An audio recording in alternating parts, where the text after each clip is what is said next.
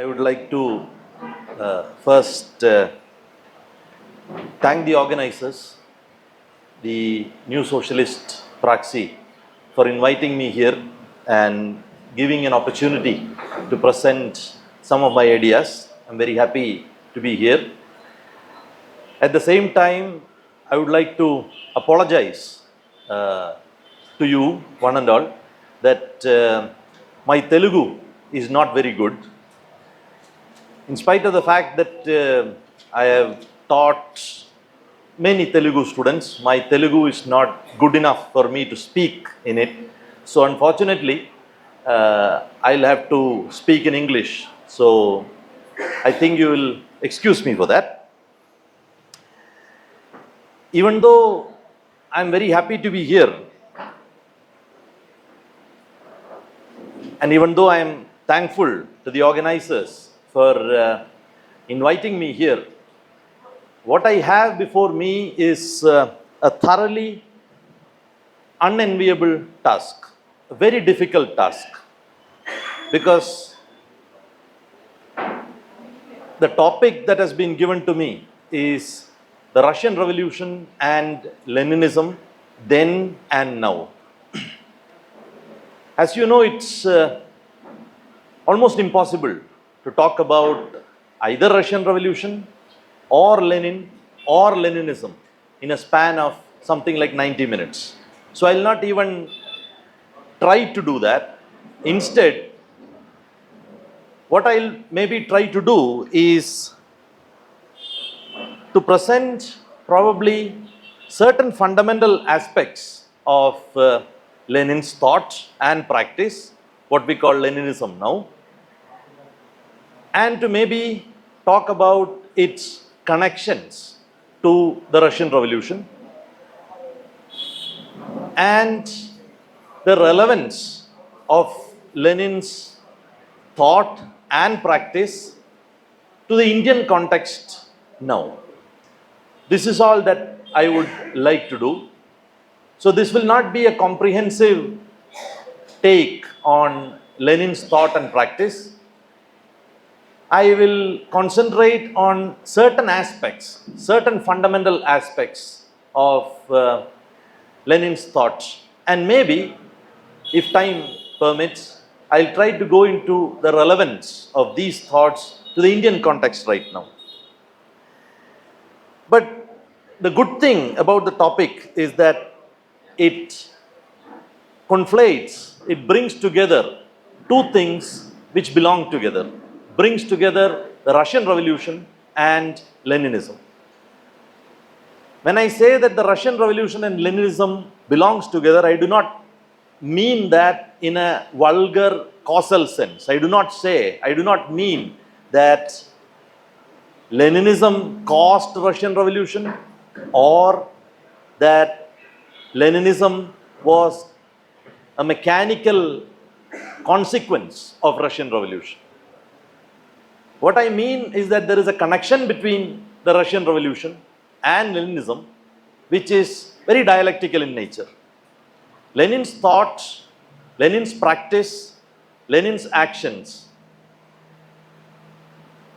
affected the Bolshevik practice in Russia, which in turn had a very great influence on the Russian Revolution. And these thoughts and practice of Lenin are located inside the material context of the revolution in Russia. So these two things, Leninism and the reality of Russian Revolution, is dialectically related. You cannot say that one is the cause of the other, because cause and effect, as we know, are interchangeable in fluid dialectical practice. So I would like to first start by asking a very simple question, and it is this: where do we locate Lenin in the history of Marxism?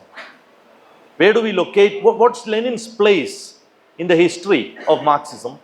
What is Lenin's importance in or to the world proletariat at this moment of time. After we know that this year marks the 100th anniversary, 100th death anniversary of Lenin. So after 100 years after Lenin passed away, what is his place? How can we locate his place in Marxist history or Marxist theory?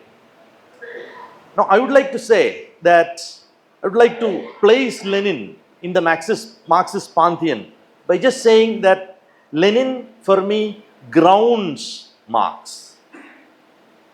This needs a little explanation. What I mean to say that Lenin connects Marx to the ground. That is the way, that's the meaning when I say that Lenin grounds Marx. I would like to give an example to make this clear. And the example is one of elementary mathematics. We have all studied elementary mathematics in schools, colleges, etc. And how we study mathematics is that once a concept is learned and once a method is learned, then it is followed by examples. It is followed by applications, what we call problems, what students call problems. They are actually applications. Why do we do that? This is the common practice in all scientific disciplines. You have a theory, you have a concept, you have a method. After learning that, you apply it to concrete situations. Why is it done? It is done because the concept as it is in itself is never complete. Concept in itself is never fully useful to us. Important thing is to put it to concrete practice. And when you practice it, when you do problems in mathematics, it is the concept that is being thoroughly revised in your mind. The concept is complete only with practice. So what I intend to say is that Lenin is to Marx what application is to a concept.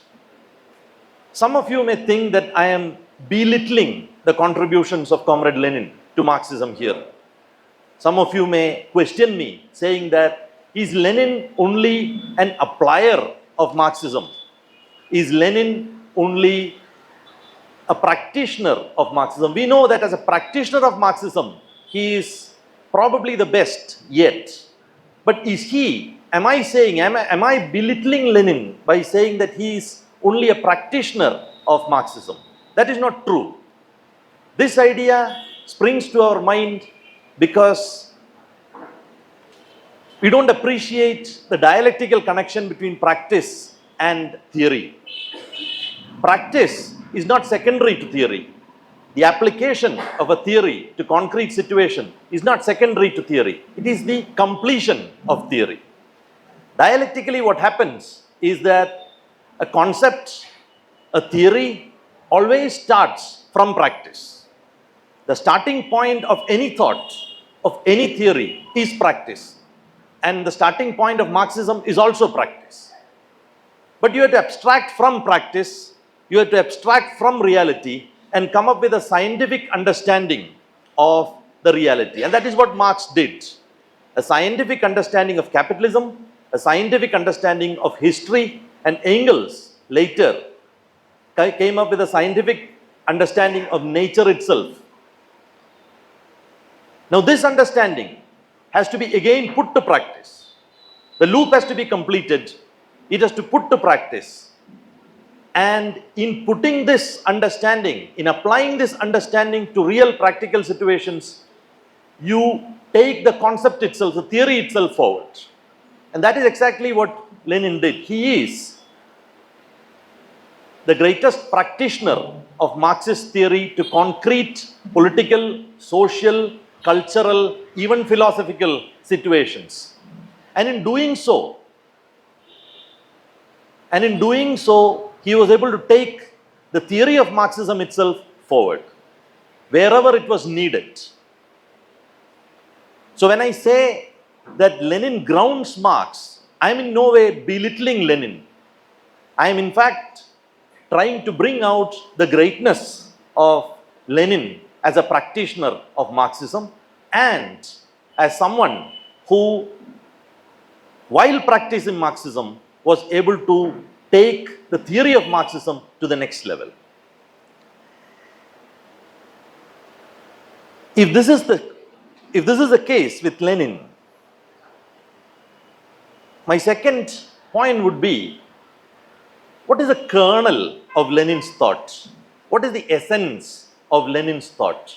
What is the essence of what we call Leninism right now? We can talk about many aspects of Leninism, many aspects of Lenin's ideas and thought. We can talk about his organizational, the aspect of Leninism in organization. We can talk about his ideas with regards to democratic revolution. We can talk about his ideas with regards to political practice inside a bourgeois system, including his ideas about elections, parliament, etc. Then we can talk about imperialism. We can talk about many fundamental and original contributions of Lenin to Marxism. But what is the kernel of Leninism? What is the essence of Leninism? In this regard, I tend to agree with the Hungarian Marxist George Lukács, who said that the essence of Leninism is the actuality of revolution. George Lukács says in his book on Lenin, the actuality of revolution, this is the core of Lenin's thought and his decisive link with Marx. Now I have to explain what Lukács means by this. What is meant by the term the actuality of revolution? It just means that the revolution is actual. The revolution is not a slogan. It's not an empty slogan. Actual. It is a reality. So I was talking about the kernel of Leninism, the essence of Leninism. And I tend to agree with George Lukács in saying that the actuality of revolution is the essence of Leninism. But what is meant by actuality of revolution? I would like to give an example for this actuality of revolution. Let us say that I am traveling from here to the Vijayawada railway station. If I am traveling from here to Vijayawada railway station, if my aim is to get to the Vijayawada railway station, then I have to travel in that direction. I should know that direction and I should travel in that direction. So every step that I take, the correctness of every step that I take can only be said with respect to this final aim. For every step, the correctness of the step will be gauged by, is that step taking me closer to the Vijayawada railway station? But there can be problems. If I go through a road, there can be a wall, a pit. So I have to take a diversion. Because straightness of the path is not important. The direction of the path is important. So if something stops me, and if I am at this point not able to, get that away from me, then I will have to take a diversion. So it seems, in the immediate neighborhood of my diversion, it seems that I am going in some other direction. But actually in my mind, that diversion was necessary because there was something stopping me. And then I take a diversion and then take it back. So here, there is a dialectics of the path that I take and the final aim. The path that I take is towards the final aim. And the correctness of my path can only be understood with respect to this final aim. But how is the path constituted? The path is constituted by the aim, and the aim is constituted by the path. So there is a dialectical connection between the path and the aim. It is the same in politics. The aim of proletarian politics, the aim of proletarian revolutionary politics is surely proletarian revolution. And the path is the day-to-day working inside capitalist society, the class struggle inside capitalist society. So what George Lukács says is that the essence of Leninism is the actuality of this aim. In my example, we can call it the actuality of Vijayawada station, because that's an actual place where I want to be. And my path can only be gauged whether it takes me closer in direction to this station. In the same way, the day-to-day political practice of a working class party can only be gauged with this aim in mind. So it is this aim, it is the aim of proletarian revolution that gives the political practice of working class parties meaning and direction. If the aim is not there, then there is no direction, there is no defined path. So George Lukács says that Leninist politics and Leninist thought always considers the proletarian revolution to be an actual incident, which is the possibility of which is always there. And politics can also only be gauged by whether it takes us closer to the revolution or not. This is what is meant by actuality of revolution. And the fact that we may have to take certain diversions,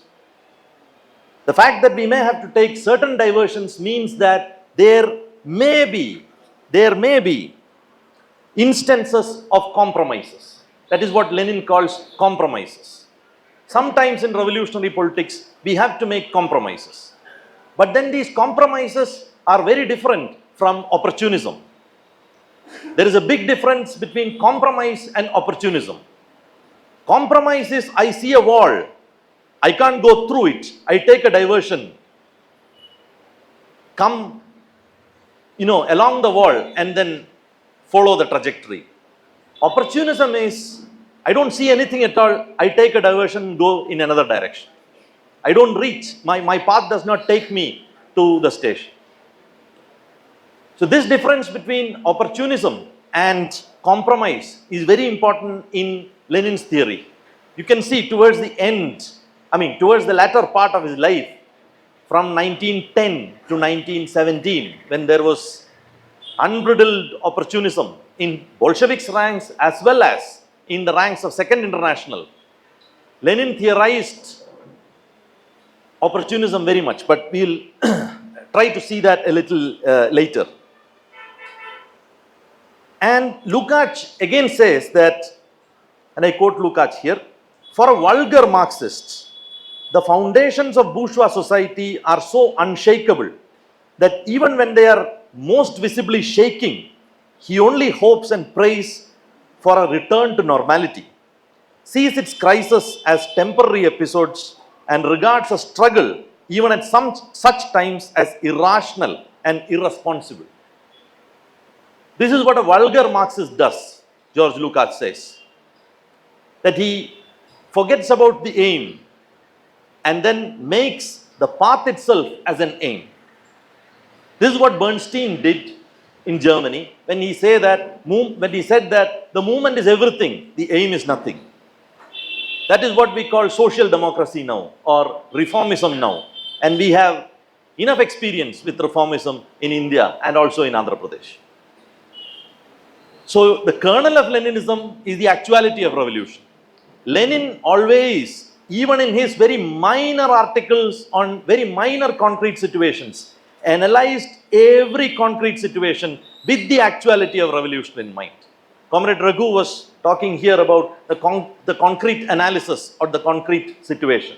The concrete analysis of the concrete situation is Lenin's watchword, but always in the perspective, from the perspective of the actuality of revolution. So this is a very important, I think, a very important point in Lenin. And Lukács also says that it was through the actuality that by both he means Lenin and Marx, it was through this actuality that both gained a sure touchstone for evaluating the problems of the day. Individual actions can only be considered revolutionary or counter-revolutionary when related to the central issue of revolution. This is the point here. The individual issues, the analysis of individual issues can only be done with this actuality in revolution in mind. Now, this is so important a point that there has been difference of opinion regarding this. For example, the preeminent theorist of Indian social democracy, Professor Prabhat Patnaik, most of you will be familiar with Professor Prabhat Patnaik's work. Around 10 years ago, he put forward the thesis that the essence of Leninism is the imminence of revolution. He said that the essence of Leninism is the imminence of revolution. And he said that as revolution, proletarian revolution is not yet imminent in India, Leninism is unimportant to Indian situation right now. He also said that Leninism has been superseded in the Indian condition, in the present world condition. One of the reasons that he said is that Leninism becomes active only when the revolution is imminent. There is a big difference between the words here. And of course, Prabhat Patnaik is playing with words. Because imminence of revolution means that the revolution is round the corner. The revolutionary situation is already upon us.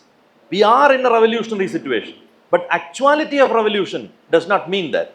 Actuality of revolution does not mean that we are in a revolutionary situation. It means that the revolution is on the agenda.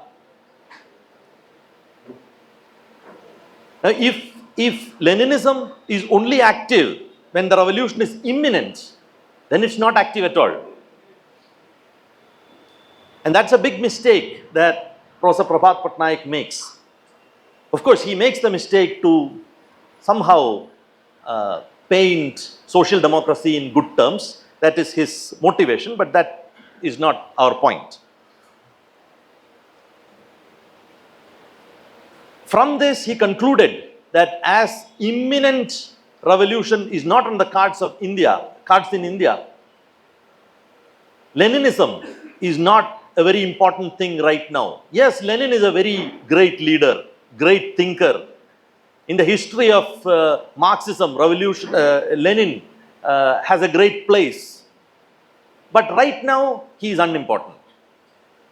This is how professors, this is how academicians make a relic out of Lenin.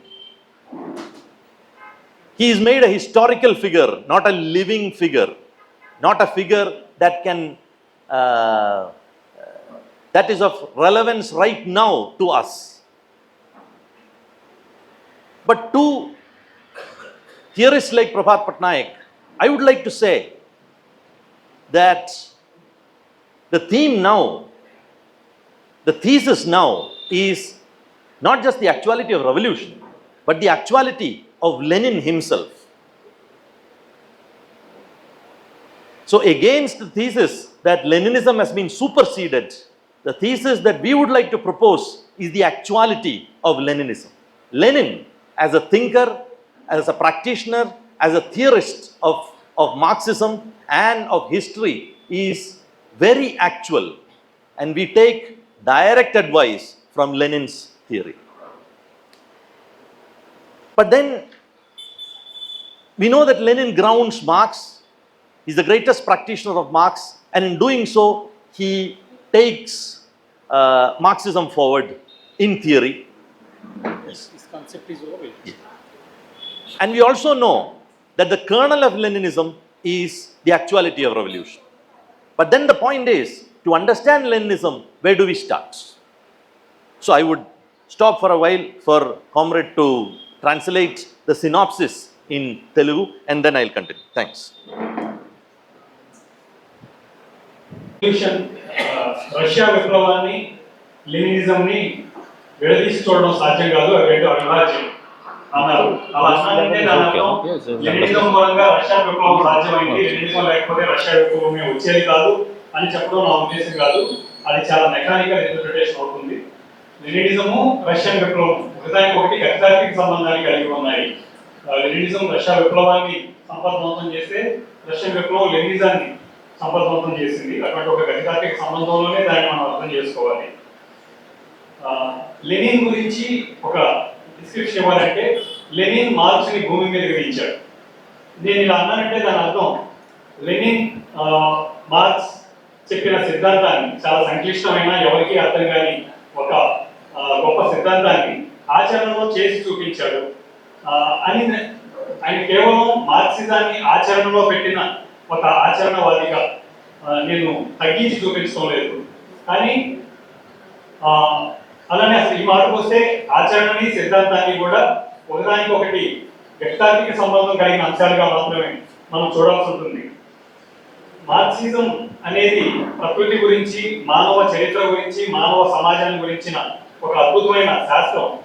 ఈ శాస్త్రాన్ని Russia నిర్దిష్ట పరిస్థితిలో అన్వయించడం ద్వారా Russia విప్లవాన్ని సాధించడం Lenin యొక్క విప్లవ కృషిలో ఒక ముఖ్యమైన అంశం. అయితే అంత మాత్రమే కాదు, లెనిన్ మార్క్సిజాన్ని మరింత ముందుకు తీసుకెళ్లారు, మరింత సంపద్వంతం చేశారు. ఆయన ఒక గొప్ప చింతనాపరుడు, గొప్ప ఆచరణపరుడు, గొప్ప తత్వవేత్త. ఇవన్నీ కలిపితేనే లెనిన్. ఆ రూపంలో మార్క్స్ని నేలకి దించిన వాడిగా లెనిన్ని మనం గుర్తుంచుకుంటాం. చివరిది ముఖ్యమైన కాన్సెప్ట్ ఈరోజు బిపిన్ మన ముందుంచింది, actuality of revolution and imminence of revolution అనే ఒక కాన్సెప్ట్ని మన ముందుంచారు. ముఖ్యంగా తెలుగునాట మనం దీనిని అర్థం చేసుకోవడం ఎంతైనా అవసరం. ఒక చక్కని ఉదాహరణతో బిపిన్ చెప్పాడు. ఇక్కడ నుంచి మనం రైల్వే స్టేషన్కి ప్రయాణం ప్రారంభిస్తే, సో రైల్వే స్టేషన్కి చేరుకోవడం అనేది మన గమ్యం. ఆ చేరుకునే దారిలో ఏదైనా ఒక రోడ్ రిపేర్ వర్క్ జరుగుతూ ఉంటే పక్క సందులోకి వెళ్ళి తిరిగి మళ్ళీ వెళ్తాం. అయితే ఆ పక్క సందులోకి డైవర్షన్ తీసుకోవడాన్ని ఏ పర్పస్తో మనం ఆ డైవర్షన్ తీసుకుంటున్నాము అనేది మన దృష్టిలో ఉండాలి. ఎయిమ్, మన లక్ష్యం ఏమిటి? మనం వేసే ప్రతి అడుగు, మన ప్రయాణం లక్ష్యాన్ని చేరుకోవడానికి ఉపయోగపడుతుందా, లేదు లక్ష్యంతో నిమిత్తం లేకుండా అప్పటికి ఏది సాధ్యమైతే అది చేసుకుంటూ పోతున్నామా అనే ఒక స్పృహ మన ప్రయాణంలోని ప్రతి దశలోనూ ఉండాలి. రోడ్డు రిపేర్లో ఉంది కాబట్టి, రోడ్డు బ్లాక్ అయింది కాబట్టి నేను పక్క రోడ్డుకి వెళ్ళాలి అనడం చాలా కరెక్ట్, చాలా సరైనది. అలా పక్క రోడ్డుకి వెళ్లకుండా ఏది ఏమైనా నా రైల్వే స్టేషన్ అక్కడ ఉంది కాబట్టి దారిలో అడ్డున్నా, అసలు మార్గమే లేకపోయినా నేను ఇలానే వెళ్తాను అనేది డోగ్మాటిజం కరెక్ట్ కాదు.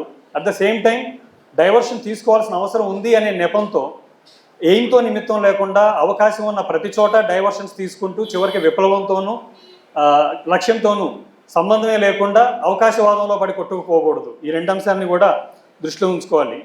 హంగేరియన్ మార్క్సిస్ట్ విప్లవకారుడు జార్జ్ లూకాక్స్ ఈ యాక్చువాలిటీ ఆఫ్ రెవల్యూషన్, యాక్చువాలిటీకి నేను సరైన తెలుగు పదం చెప్పగలను అనుకోవడం లేదు, మిత్రులు ఎవరైనా సజెస్ట్ చేస్తే, వాస్తవికత, విప్లవం యొక్క వాస్తవికత. సో ఈ విప్లవం యొక్క వాస్తవికత అంటే దాని అర్థం ఏంటంటే, లక్ష్యం విప్లవం అయితే మన గమనం, రోజువారీ మార్గం ఏమిటి అంటే డే టు డే పాలిటిక్స్లో చేసే మన క్లాస్ స్ట్రగుల్, మన వర్గ పోరాటంలో భాగంగా రోజువారీ మన భాషలో చెప్పాలంటే మనం వేసే ఎత్తుగడలు మార్గం అయితే లక్ష్యం విప్లవం.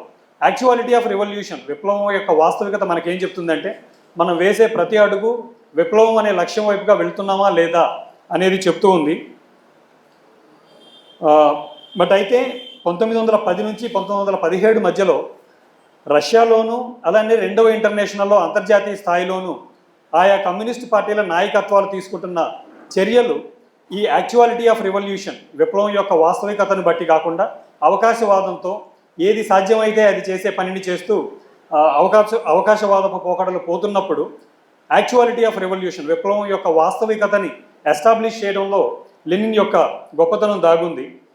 భారతదేశంలో ప్రఖ్యాత ఆర్థికవేత్త, అలానే రాజకీయ చింతనాపరుడు, ముఖ్యంగా సిపిఎం లాంటి పార్టీలకి, అఫ్కోర్స్ బిపిన్ ఆ మాట వాడలేదు, మనకు అర్థం అవడం కోసం, ప్రభాత్ పట్నాయక్ లెనిన్ని చాలా గొప్ప చారిత్రక వ్యక్తిగా కీర్తిస్తూనే, చరిత్రలో ఆయన యొక్క కాంట్రిబ్యూషన్ని కీర్తిస్తూనే, పొగుడుతూనే, బట్ ఈరోజు భారతదేశంలో ఇమినెన్స్ ఆఫ్ రెవల్యూషన్, విప్లవం తక్షణం సాధ్యమయ్యే పరిస్థితి ఉన్నప్పుడే లెనినిజంకి ప్రాసంగికత ఉంటుంది. విప్లవం తక్షణం సాధ్యమయ్యే పరిస్థితి లేకపోతే లెనినిజం అనేది అక్కడ ఆచరణలో అంతగా ప్రాధాన్యత కలిగి ఉండదు అనే మాట చెప్పారు. ఆ మాట చెప్పడం ద్వారా వాస్తవంగా ఆయన చేస్తుంది ఏంటి అంటే, మన దేశంలో ఉన్న సోషల్ డెమోక్రటిక్ పార్టీలు, కమ్యూనిస్ట్ పార్టీల పేరుతో కొనసాగుతున్న సోషల్ డెమోక్రటిక్ పార్టీల యొక్క ఆచరణకి ఒక ఆమోదయోగ్యతని సంపాదించి పెట్టడం కోసం ప్రభాత్ పట్నాయక్ లెనినిజం యొక్క ప్రాధాన్యతని వక్రీకరించే ప్రయత్నం చేశారు. కానీ లెనినిజం యొక్క ప్రాధాన్యత, the kernel, the essence, Leninism యొక్క కీలకమైన అంశం ఏంటి అంటే యాక్చువాలిటీ ఆఫ్ రివల్యూషన్. విప్లవం వాస్తవికమైనది, మనం వేసే ప్రతి అడుగు విప్లవాన్ని సాధించే కోసం వేస్తున్నాము అనేదే తప్ప విప్లవం ఇదిగో వచ్చేసింది, ఇక ఈ మూలమలుపు తిరిగితే మనం విప్లవాన్ని చేరుకున్నాం అనే దశలో, విప్లవం యొక్క మనకి కనుచూపు మేరలో, మన ఊరి పొలి మేరలో, పిలిస్తే పలికేంత దూరంలో విప్లవం దగ్గర ఉన్నప్పుడే మనం లెనినిజం గురించి మాట్లాడతాము. మిగిలిన సందర్భాల్లో లెనినిజం అంత ముఖ్యమైనది కాదు అని చెప్పే ప్రభాత్ పట్నాయక్ సూత్రీకరణ కానివ్వండి, ఆ మాటకు వస్తే బెర్న్స్టీన్ లాంటి ఆనాడు రష్యాలో వాళ్ళు చేసిన సూత్రీకరణలు కానివ్వండి, అది విప్లవాన్ని ఎన్నటికీ సాధ్యం కానీ ఒక సుదూర లక్ష్యంగా ఉంచుతాయి, దాన్ని అక్కడికి దిగజారుస్తాయి. రోజువారీ రాజకీయాలకి విప్లవానికి సంబంధం లేదు. విప్లవం అనేది కొన్ని తరాల తర్వాత ఎప్పుడో మనం సాధించగలిగేది అనే ఒక అర్థం ఇచ్చేలాగా డిస్టార్ట్ చేస్తాయి, తారుమారు చేస్తాయి. సో అటువంటి ప్రమాదం పట్ల మనం జాగ్రత్తగా ఉండాలి. అయితే విప్లవ వాస్తవికత అంటే ఏమిటి అనేది మనం ముందు మాట్లాడుకుందాం.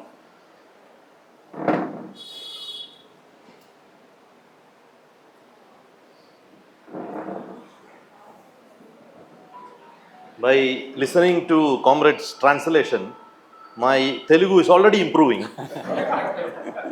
Because Vastavikada is a term in Malayalam also. I think it comes most probably from Sanskrit. It has a root in Sanskrit. So Vastavikada for actuality is Margam.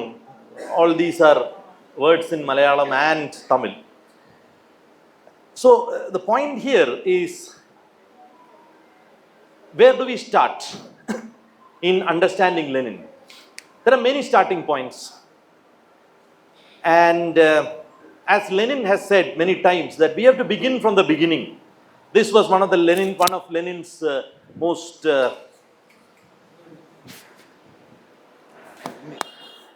most favorite phrases. One has to begin from the beginning. And in this sense, in this spirit, I would like to begin talking about Lenin from a very unusual beginning point. I would like to begin talking about Lenin from Lenin's philosophy. This is very unusual to do. Usually it is not done, because even among Marxists, even among Leninists, not Leninists, but even among people who are otherwise sympathetic to Lenin, his philosophy is thought of as an embarrassing point. His philosophy is thought of as a very weak point in Lenin's thought. For example, I can give you examples of thinkers who are otherwise sympathetic to Lenin's cause,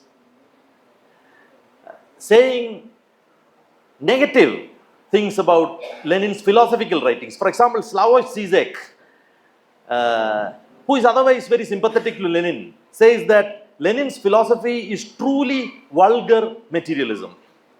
And Frederick Jameson, the American Marxist who passed away last month, writes about Lenin's book Materialism and Empirio-Criticism that it is the most notorious philosophical and truly vulgar materialist statement from Lenin. So he calls it notorious philosophical statement and vulgar materialist statement from Lenin. Sartre, the French philosopher, existentialist, says Lenin's philosophy is naturalistic, pre-critical, pre-Kantian, pre-Hegelian and metaphysical. And Maurice Merleau-Ponty, again French, these are all thinkers who are otherwise sympathetic to both Marx and Lenin. Maurice Merleau-Ponty says that Lenin's philosophy is just an expedient. It's not serious. He just philosophizes to justify his actions. This idea on Lenin is very prevalent again among Marxists, among academic circles also. They say For Lenin, theory is just a means to justify his practice.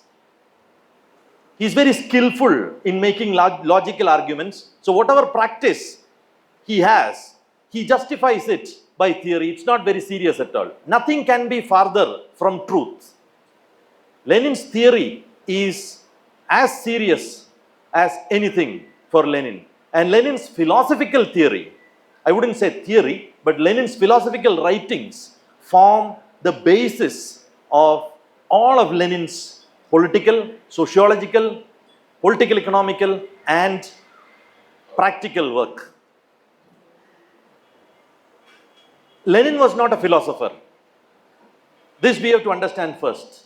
Lenin did not consider himself to be a philosopher, and Lenin was not a philosopher. But Lenin wrote about philosophy. And Lenin himself was very conscious of the fact that he was not a philosopher, because he wrote about philosophy in order to contradict, in order to prove some factions inside Bolshevik party who was putting forward a new philosophical line which they said is going to refine dialectical materialism. They said that there are certain problems with dialectical materialism, with Marxist philosophy, and they wanted to use what's called empirio-criticism, which comes from the philosophy of Ernst Mach, the German philosopher cum scientist. So Lenin started writing about philosophy only to prove that empirio-criticism is a wrong trend of philosophy, and it has nothing to do with Marxism or dialectical materialism. But before doing that, Lenin wrote a letter to Maxim Gorky in February 7th, 1908. This letter is very, very important for other reasons also. But in that he writes, I am fully aware of my unpreparedness in this sphere. In this sphere means philosophical sphere, which prevents me from speaking about it in public. So he was very apprehensive talking about philosophy. That is because he was not trained in philosophy and he never considered himself to be a philosopher. But still, he was forced to talk about philosophy. He was forced to write a full-length book called Materialism and Empirio-Criticism against Empirio-Criticism, and a book in philosophy. And with this, the motivation was this. In the next letter that he sends to Gorky, he says their book, which is the book of the Empirio critiques, their book is ridiculous, harmful, Philistine, fideist, the whole of it, from beginning to end, from branch to roots. So it means that their book, their philosophical line, Lenin thought, is completely wrong. And instead of improving dialectical materialism, it is taking the philosophy of working class to a wrong direction. That is why Lenin was forced to write about philosophy, a full book in philosophy. And he says that Plekhanov, George Plekhanov, the Russian Marxist, Menshevik, knows that empirio-criticism is wrong. But Plekhanov, he says, is unable or unwilling or too lazy to say so concretely, in detail, simply, without unnecessarily frightening his readers with philosophical nuances. And at all costs, I shall say it in my own way. This is what he writes to Gorky in his letter on 26th March 1908. This is important because Lenin says Gorky knows that it is wrong, but he is not ready to concretely, in detail, and simply, without unnecessarily frightening his readers with philosophical nuances, put forward this idea in print. And Lenin wants to do this. So his book, Materialism and Empirio-Criticism, is concrete, detailed, and simple exposition of dialectical philosophy, and he wants to prove that empirio-criticism is wrong. So this point, I am stressing this point to make, I think this point is important because Lenin did not write a book on philosophy. He wrote about philosophy because of politics. So I would like to say that Lenin's philosophy at this point was his political intervention in philosophy. And we have to see that book in that sense. And it is because philosophers and thinkers do not see it in that sense that they find it very bad, find it embarrassing. But as far as dialectical materialists, as far as revolutionary Marxists is concerned, I think Lenin's book, Materialism and Empiriocriticism, is absolutely necessary reading. And I would suggest, if you have not read it, if anybody has not read it, to read it very carefully. Now, the question that Lenin raises is, why is empiriocriticism wrong? Empiriocriticism for Lenin is wrong only because of one reason. There is only one reason. Because empiriocriticism is, Lenin says, idealism in disguise. It is wrong because it is idealism.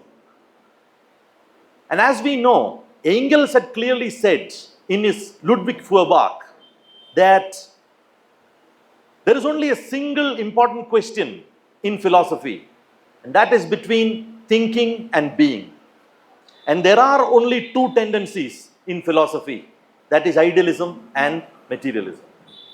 So Lenin follows Engels and asks the simple, straightforward, but the most essential question: is this new philosophy, which they say is going to refine Marxism, is it idealism or materialism? This many professional philosophers find very disturbing, because professional philosophy is an exercise in philosophy always without going to the root of philosophy, without going to the root of the problems. It is almost always hair splitting over simple arguments, over pedantic issues. Lenin does not do that. Lenin has no idea of doing it. His intervention is philosophy, in philosophy is completely political. He just wants to prove that empiriocriticism is idealism in disguise. If that is done, he is done. So this is not subtle enough. This is not rich enough. This is not, complicated enough for professional philosophers. So they find it, very oversimplified, very reductionist. But this is not reductionist. This is going to the root of the matter. And as Marx said, the radical thing always is to go to the root of the matter. What is the root of the matter? The root of the matter is whether the philosophy is materialist or idealist. Engels, I would like to quote Engels here, says that in Ludwig Feuerbach, he says that the great basic question of all philosophy, especially of more recent philosophy, is that concerning the relation of thinking and being. The answers which the philosophers gave to this question split them into two camps. Those who asserted the primacy of spirit to nature comprised the camp of idealism. The others, who regarded nature as primary, belonged to the various schools of materialism. So Lenin was analyzing whether this philosophy belongs to the materialist school or whether it belongs to the idealist school. And in this issue, Lenin was absolutely insistent. Because if you read, it is very interesting to read empiriocriticism, materialism and empiriocriticism now. Because Lenin repeats certain points again and again. And a professional philosopher would find it very unprofessional to repeat a point again. For example, he defines matter in the same way 5 or 6 times in the textbook. He defines materialism in different contexts, at least 10 or 12 times in the book. This is a repetition for professional philosophers and for people who produce books for the market. This is lack of good editor. But for Lenin, this is political practice. Because there is a real aim in Lenin, that is to drum to his readers the idealist root of the philosophy that he is analyzing. And Althusser, the French Marxist, has clearly understood this. In his essay, in his important essay, Lenin and Philosophy, he says, on this point, it is essential to recognize that Lenin's insistence has absolutely no limits in the point of materialism versus idealism. What is, I again continue the quote of Althusser, what is really at stake is the dispute to which all philosophy is committed, the basic struggle between the two tendencies, materialism and idealism. There is no third way, no half measure, no bastard position, any more than there is in politics. Basically, there are only idealists and materialists. We have to keep this context in mind while reading Lenin's great political intervention in philosophy. I would not call it a philosophical work, that would be belittling Lenin. His political intervention in philosophy, which came out as the book Materialism and Empirio-Criticism in 1909. Now, why does Lenin say that Empirio-Criticism is idealism in disguise? Why does he say that it is idealism? Because he says that Empirio-Criticism has as its foundation the philosophy propounded by Ernst Mach, the German scientist and philosopher.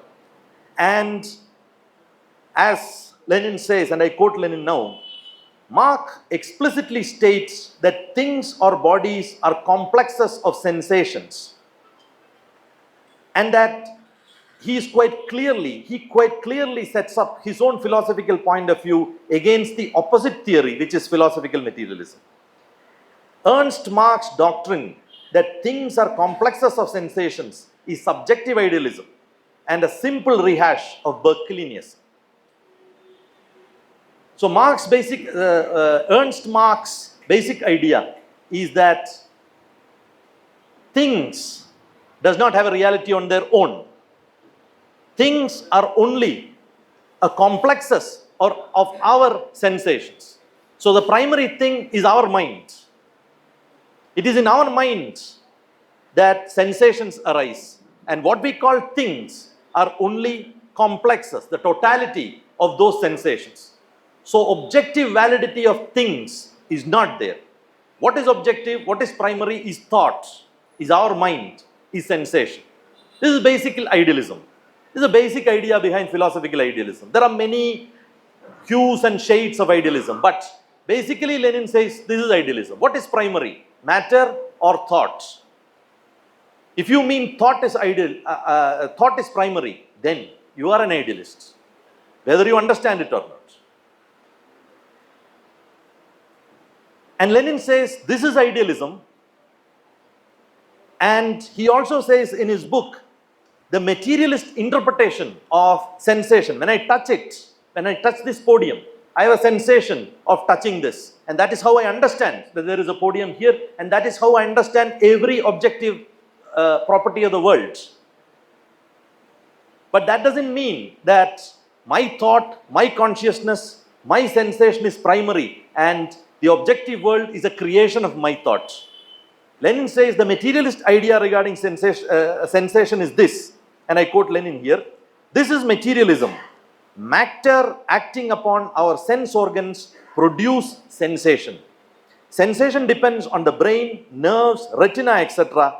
That is on matter organized in a definite way. The existence of matter does not depend upon sensation. Matter is primary. Sensation, thought, consciousness are the supreme products of matter organized in a particular way. And a little later he again says, matter is primary, and thought, consciousness, sensation are products of a very high development. Such is the materialist theory of knowledge.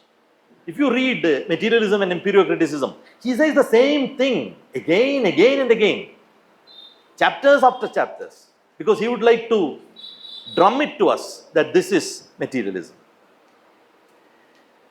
If matter is primary, and if sensation, consciousness, etc. are secondary, then of course, one has to grapple with the problem of what matter is. There should be a definition of matter. By the way, before going to that, I have to tell you that modern science completely proves this. Modern neuroscience, for example, fully proves, fully tells us how we become conscious of the objective world around us. So at the time of Engels' writing, at the time of Lenin's writing, consciousness still was not fully understood by science. But now, consciousness is not fully, but much better understood by neuroscience. And it follows the philosophy of Lenin and Engels itself, how we become conscious of our immediate sensations. So the next point, of course, with Lenin's philosophy is that once you say that matter is primary, one has to define matter. And Lenin gives very important definitions of matter in different perspectives in empirio-criticism. One perspective is what I call the natural definition of matter. Another is matter as a philosophical category. So he says that matter is that which acting upon sense organs produces sensations. And then comes the very famous definition of matter by Lenin. Matter is the objective reality given to us in sensation. So matter is the objective reality. It doesn't need us to exist. It had existed crores of years before mankind or consciousness came into being. So that is a primary thing, and consciousness is just matter organized in a particular manner. So I think this idea, this insistence on militant materialism is very important, even in understanding Lenin's political practice, not just in understanding Lenin's philosophy, but Lenin's political practice. I would like to show to you 10 to 20 minutes after this that most of Lenin's important political interventions, theoretical interventions in politics, can be seen in the sense of dialectical materialism. I will show that to you a little later. So this is one aspect of Leninist philosophy, or Lenin's political intervention in philosophy. This came out in 1908 as a political statement, as a statement in class struggle between two different philosophies inside the Bolshevik faction. And the other statement came in 1914 in the form of Lenin's philosophical notebooks. These notebooks form volume 38 of the collected works of Lenin. There are 50 volumes, 49 volumes, I think, of collected works of Lenin, published by Progress Publications. And this is volume 38 of the collected works of Lenin, and it has 900 pages. And for these 900 pages, Lenin takes notes about philosophical works, in particular about Hegel. From this, many Marxists and even many academic commentators have come to the wrong conclusion that Lenin started studying Hegel in 1914. That is fully false. Because Krupskaya, Lenin's wife, has written reminiscences of Lenin, and in one of her reminiscences, she says that Lenin started studying Hegel when he was in Siberia in 1898-99. He was deported to Siberia by the Tsar. And when he was there, he started studying Hegel. And he had personal copies of Hegel's works, which he carried everywhere he went. And he went all over Europe. So it is wrong to assume from bourgeois commentators and academic theoreticians that Lenin suddenly started studying Hegel in 1914. He had studied Hegel before that. But the philosophical notebooks that has come to us are Lenin's study notes, mainly of Hegel, Feuerbach, and other philosophers from his time in 1914. Why 1908 and 1914? This is an interesting thing to see.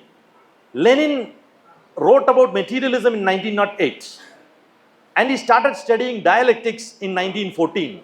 This is important because these 2 years are years of rampant reactionary struggle in Russia and worldwide. 1908, in 1906, 1908, there were many regressive movements in Russia, even among Marxists, even among Bolsheviks. That is because the 1905 democratic revolution in Russia failed. And whenever a revolution fails, there is always a tendency to question the fundamentals of Marxism. That is what is called revisionism, usually. And that was rampant in Russia in 1906, 1909. And that is when Lenin studied materialism. And 1914, we know that opportunism of the Second International has caused a great split in the world communist movement. And Lenin was shocked by it personally. And Lenin started reading Hegel. This is Lenin's reaction to a fundamental crisis, a foundational crisis. Always, when there is a foundational crisis, Lenin goes back to the basics. That is what is usually to be done in sciences, in philosophy, in politics, in life, as well as even sports. I used to watch cricket 20 years ago, stopped it. At that time, I have seen commentators saying, when the pitch is not good for batting, you go back to the basics. It is the same thing that Lenin does. Whenever there is a foundational crisis which is emerging, he goes back to the basics. And that basics is always Marxian philosophy and Marxian thought. There is a great story that I like from one of the biographies of Lenin. When Lenin was in Europe in 1917, February, he comes to know, when he was in street, he comes to know from a Russian friend that the February Revolution has happened in Russia. This is a few days after the revolution has happened in Russia, in February, not the October. October 1, Lenin was already in Russia. The February Revolution has happened in Russia, he comes to know. And then the friend who informed this to Lenin says that Lenin became happy and immediately ran away. And he ran away to the library to read the writings about state by Marx and Engels. So this is the immediate reaction to Lenin to something. Get the basics correct. And that is why in 1914, he wants to get the basics of dialectical materialism absolutely correct. That is why he goes back to Hegel. And in those notebooks, we see a wealth of material, real wealth of material. It's difficult to read those notebooks because these notebooks were not intended for publication. But still, I strongly urge you to read those because there is a wealth of material in these notebooks, out of which I would like to say only 2 things which are very important for understanding Leninist practice afterwards. The first idea is that in materialism and empirio-criticism, Lenin says that matter is primary and that thoughts, sensations, consciousness is just the reflection of matter, material reality on our mind. That is what Lenin says. Lenin uses the word reflection. And he has been reprimanded by philosophers for using just this word. They say that it is not a dead reflection. It is an active reflection. It's not that Lenin does not know this. But Lenin is attacking a particular philosophy at that point of time. So he does not go into the active part of consciousness. He just wants to, as I said, he just wants to prove that the other philosophy is idealism. That is it. But in philosophical notebooks, he takes up this reflection idea once again. Then he writes at one point, and I am quoting Lenin here, man's consciousness not only reflects the objective world, but creates it. This is the dialectical relation between matter and mind. It is not that mind uncritically, mechanically reflects matter.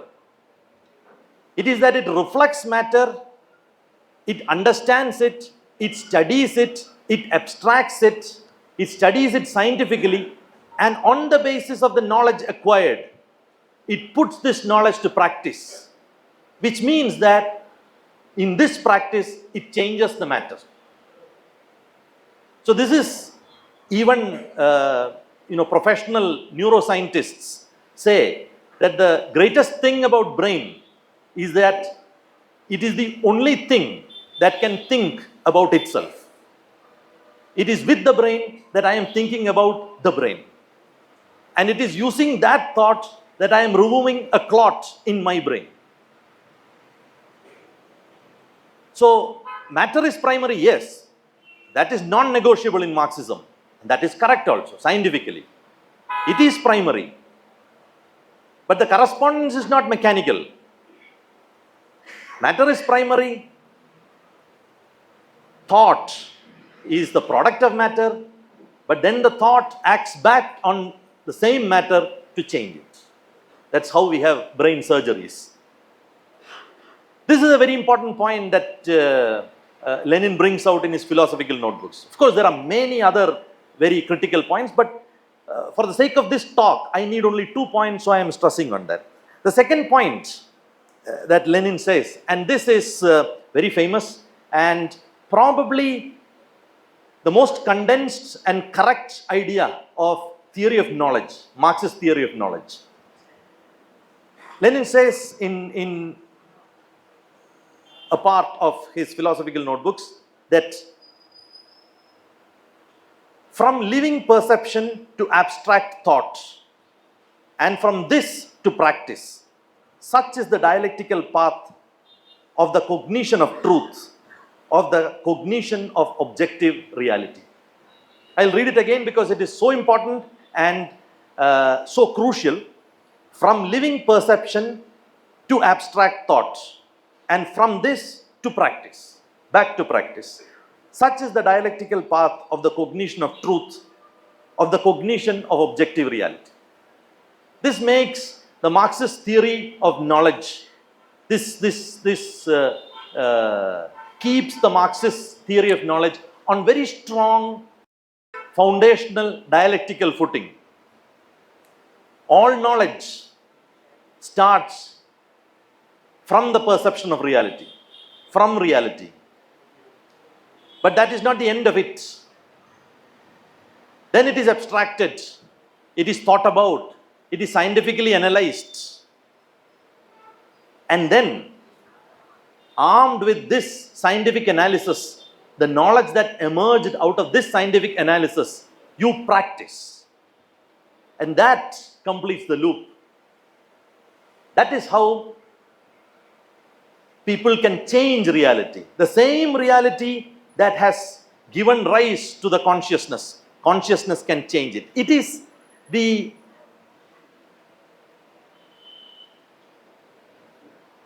lack of knowledge of this dialectical nuance that makes life of social democrats, reformists, and non-Marxist academicians very difficult. They either say that consciousness comes from matter, then consciousness cannot change matter, or they say that matter is just a complex of consciousness, which means that matter need not be changed, only our mindset need to be changed. That is what spiritualists does. If you have a problem, you breathe.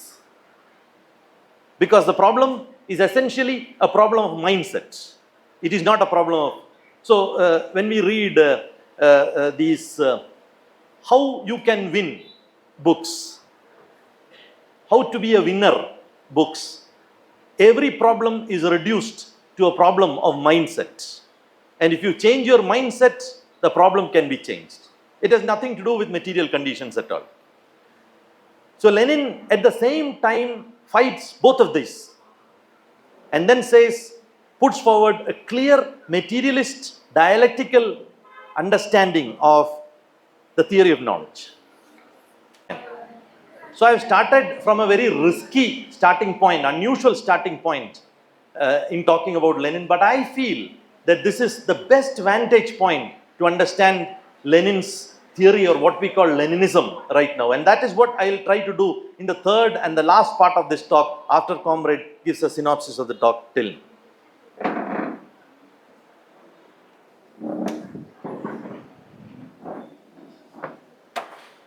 కొంతమంది మిత్రులు చాలా జాలిగా చూస్తున్నారు నా వైపు. మొదటి నుంచి అదే ఒక ఫేమస్ కోట్ ఉంది, let us begin from the beginning అని. అలా బిగినింగ్ నుంచి మాట్లాడుకుందాం. లెనిన్ యొక్క తాత్విక మూలాల గురించి, తన తత్వశాస్త్ర అవగాహన మూలాల గురించి మన ముందు ముఖ్యంగా తన 2 రచనల ద్వారా బిపిన్ మనతో చర్చించారు. అనేక మంది తత్వవేత్తలు, అనేక మంది రాజకీయ విశ్లేషకులు, వాళ్ళు మార్క్సిస్టులు, వాళ్ళు అదర్వైజ్ లెనిన్ పట్ల సానుకూలంగా ఉండేవాళ్ళు కూడా లెనిన్ని మెటీరియలిజం పట్ల, భౌతికవాదం పట్ల లెనిన్ తీసుకున్న వైఖరిని వాళ్ళు ఎలా అర్థం చేసుకున్నారు అంటే ఒక వల్గర్ మెటీరియలిస్ట్ అని, ఇక వెనక ముందు చూసుకోకుండా ఒక మొండిగా, మూర్ఖంగా భౌతికవాదాన్ని వెనకేసుకొచ్చిన వాడు అంటూ ప్రీ క్యాంటియన్, ప్రీ హెగెలియన్, మెటాఫిజికల్, ఇలా రకరకాలైన విశ్లేషణలు లెనిన్ పట్ల ఇచ్చారు. బట్ సమస్య ఏంటంటే వాళ్ళు లెనిన్ యొక్క తాత్విక అవగాహనని లోతుగా అర్థం చేసుకోలేకపోవడంలో సమస్య ఉంది. లెనిన్ తత్వశాస్త్రం మీద చాలా రాశారు. అయితే లెనిన్ తనకు తాను ఎప్పుడు ఒక తత్వశాస్త్రవేత్తగా భావించలేదు, తత్వశాస్త్రవేత్తగా లేడు కూడా.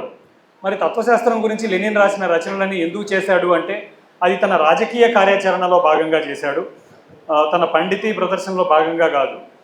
గోర్కీకి ఒక లేఖ రాస్తూ ఆయన ఈ మాట చెప్పారు, నేను అకాడమిక్గా తత్వవేత్తను కాను, కానీ ఈ రోజున ముఖ్యంగా అంటే ఆ రోజు 1909 ఆ సమయంలో మార్క్సిజానికి ప్రాణప్రదమైన భౌతికవాదం మీద ఎంత తీవ్రమైన దాడి జరుగుతుందంటే దాని నుంచి ఇప్పుడు భౌతికవాదాన్ని కాపాడుకోవాల్సిన అవసరం మన మీద ఉంది.